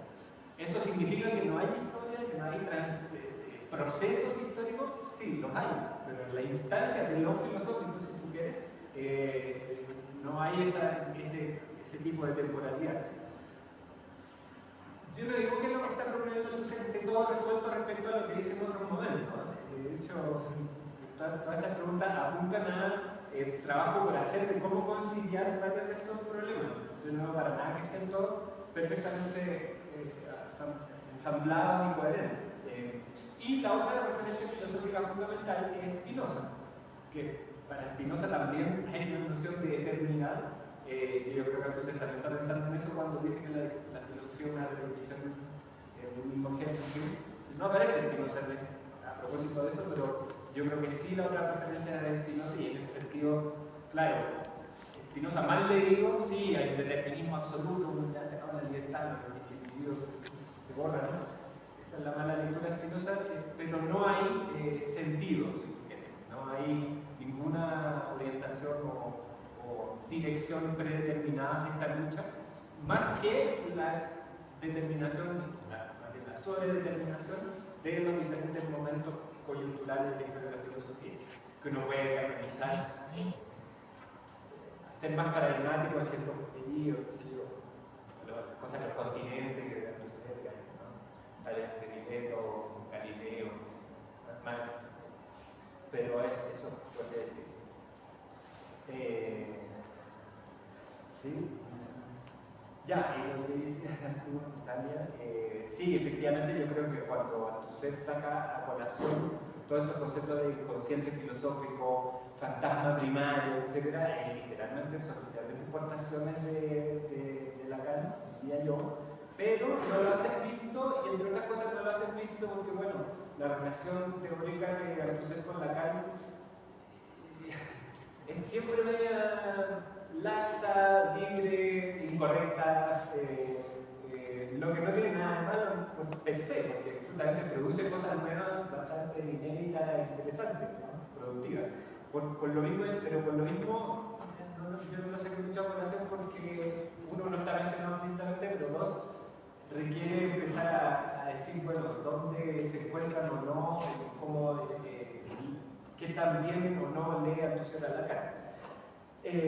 Pero respecto a la pregunta sobre si, claro, o sea, si a propósito del consciente filosófico, ¿cuál es la relación con la exterioridad? Aquí de nuevo yo sacaría la carta de que no todos tus problemas están totalmente resueltos en Althusser, porque están como medio aislados, aparecen en un momento, después se acaban, etc. Pero yo diría que, y es una idea que aparece literalmente en varios textos, antes y después de esto que acabo de comentar, que dice, por ejemplo, que la lucha de clases es el afuera de la filosofía, ¿no? Entonces, yo sí diría que hay una relación con la exterioridad. Sin embargo, la teoría de la relación del gesto del vacío de instancia tomada, etc., con ese afuera, no está totalmente elaborado en Althusser y es como una tarea todavía de desarrollarla. Pero sí diría que, claro, típicamente los dos campos de esa exterioridad son la ciencia y la política. Lo dicen varios lugares. Pero sí, no está totalmente resuelto ahí cómo ver esa transición o esa comunicación entre ese afuera y por lo demás. A mí me gustaría leer a Althusser como alguien que deshace la relación entre el adentro y el afuera. Por lo tanto, porque por mucho que suena bien y me cae bien decir que la lucha de clases es el afuera de la filosofía, eso es incompatible de hecho es un vicio trascendental idealista de la tesis según la cual la filosofía de la lucha de clases, la teoría, etc. La figura de exterioridad inconsciente, Ahí. la exterioridad inmanente. Exacto. Afuera. Sí, perfecto. Sí. Ya Spinoza creo que también podría decir algo parecido. Y ahora sí termino con lo último. Bueno, para ser completamente honesto, no es que no haya sido eso,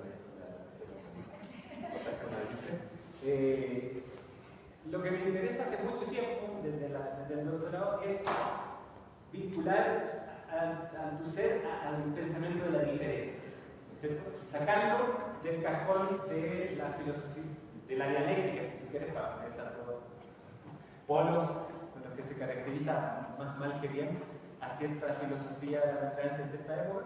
Entonces, la ponencia bien podría haberse llamado, y en algún momento lo voy a decir, diferencia y repetición en Althusser. Ahora, eran demasiados, no se podía invertir por algo, hay que hablar en 20 minutos, ¿no es cierto? Pero explícitamente en relación a Deleuze, creo yo que la parte, dos elementos son los que me parecen más cercanos al trabajo y a la estrategia filosófica de Althusser con las de Deleuze, al menos el Deleuze de diferencia y repetición. Una es justamente que la filosofía no tiene comienzo, o que su comienzo es siempre el comienzo con un ambiente, con un entorno, con un medio, perdón, a dejar con un medio, y de ahí tampoco la cosa de Simondon y todo eso. Para mí, Althusser no está lejos de una idea como esa en el sentido que comienza siempre con una pregunta puesta por la coyuntura. El medio para Althusser es el medio del que habla Simondon o el que tiene en la cabeza de Deleuze, es otro tema, pero creo que se comunican bien. Y el otro es justamente esta idea de destruir las imágenes tradicionales del pensamiento para crear una nueva imagen del pensamiento. Yo creo que esta idea de la filosofía como de revisión me parece a mí que contra toda evidencia es una manera de Althusser de crear una nueva imagen del pensamiento, contra las imágenes tradicionales. Si uno va y recorre cuál es la respuesta que han dado los filósofos a qué es la filosofía, uno se da cuenta que la filosofía es, el discurso sobre el sexo, y así sucesivamente. Lenin y la filosofía, la conferencia de Lenin y la filosofía, es en gran parte una respuesta a la pregunta ¿qué es la filosofía? Y en ese sentido creo yo que Althusser no lo podría leer a la vista porque se publica el 68, pero bueno, sí creo que se llegaría muy bien con la idea de una nueva imagen del pensamiento en el sentido que se desarrolla en diferencia y repetición. Ahora, el concepto de diferencia en específico, síganme para un próximo capítulo.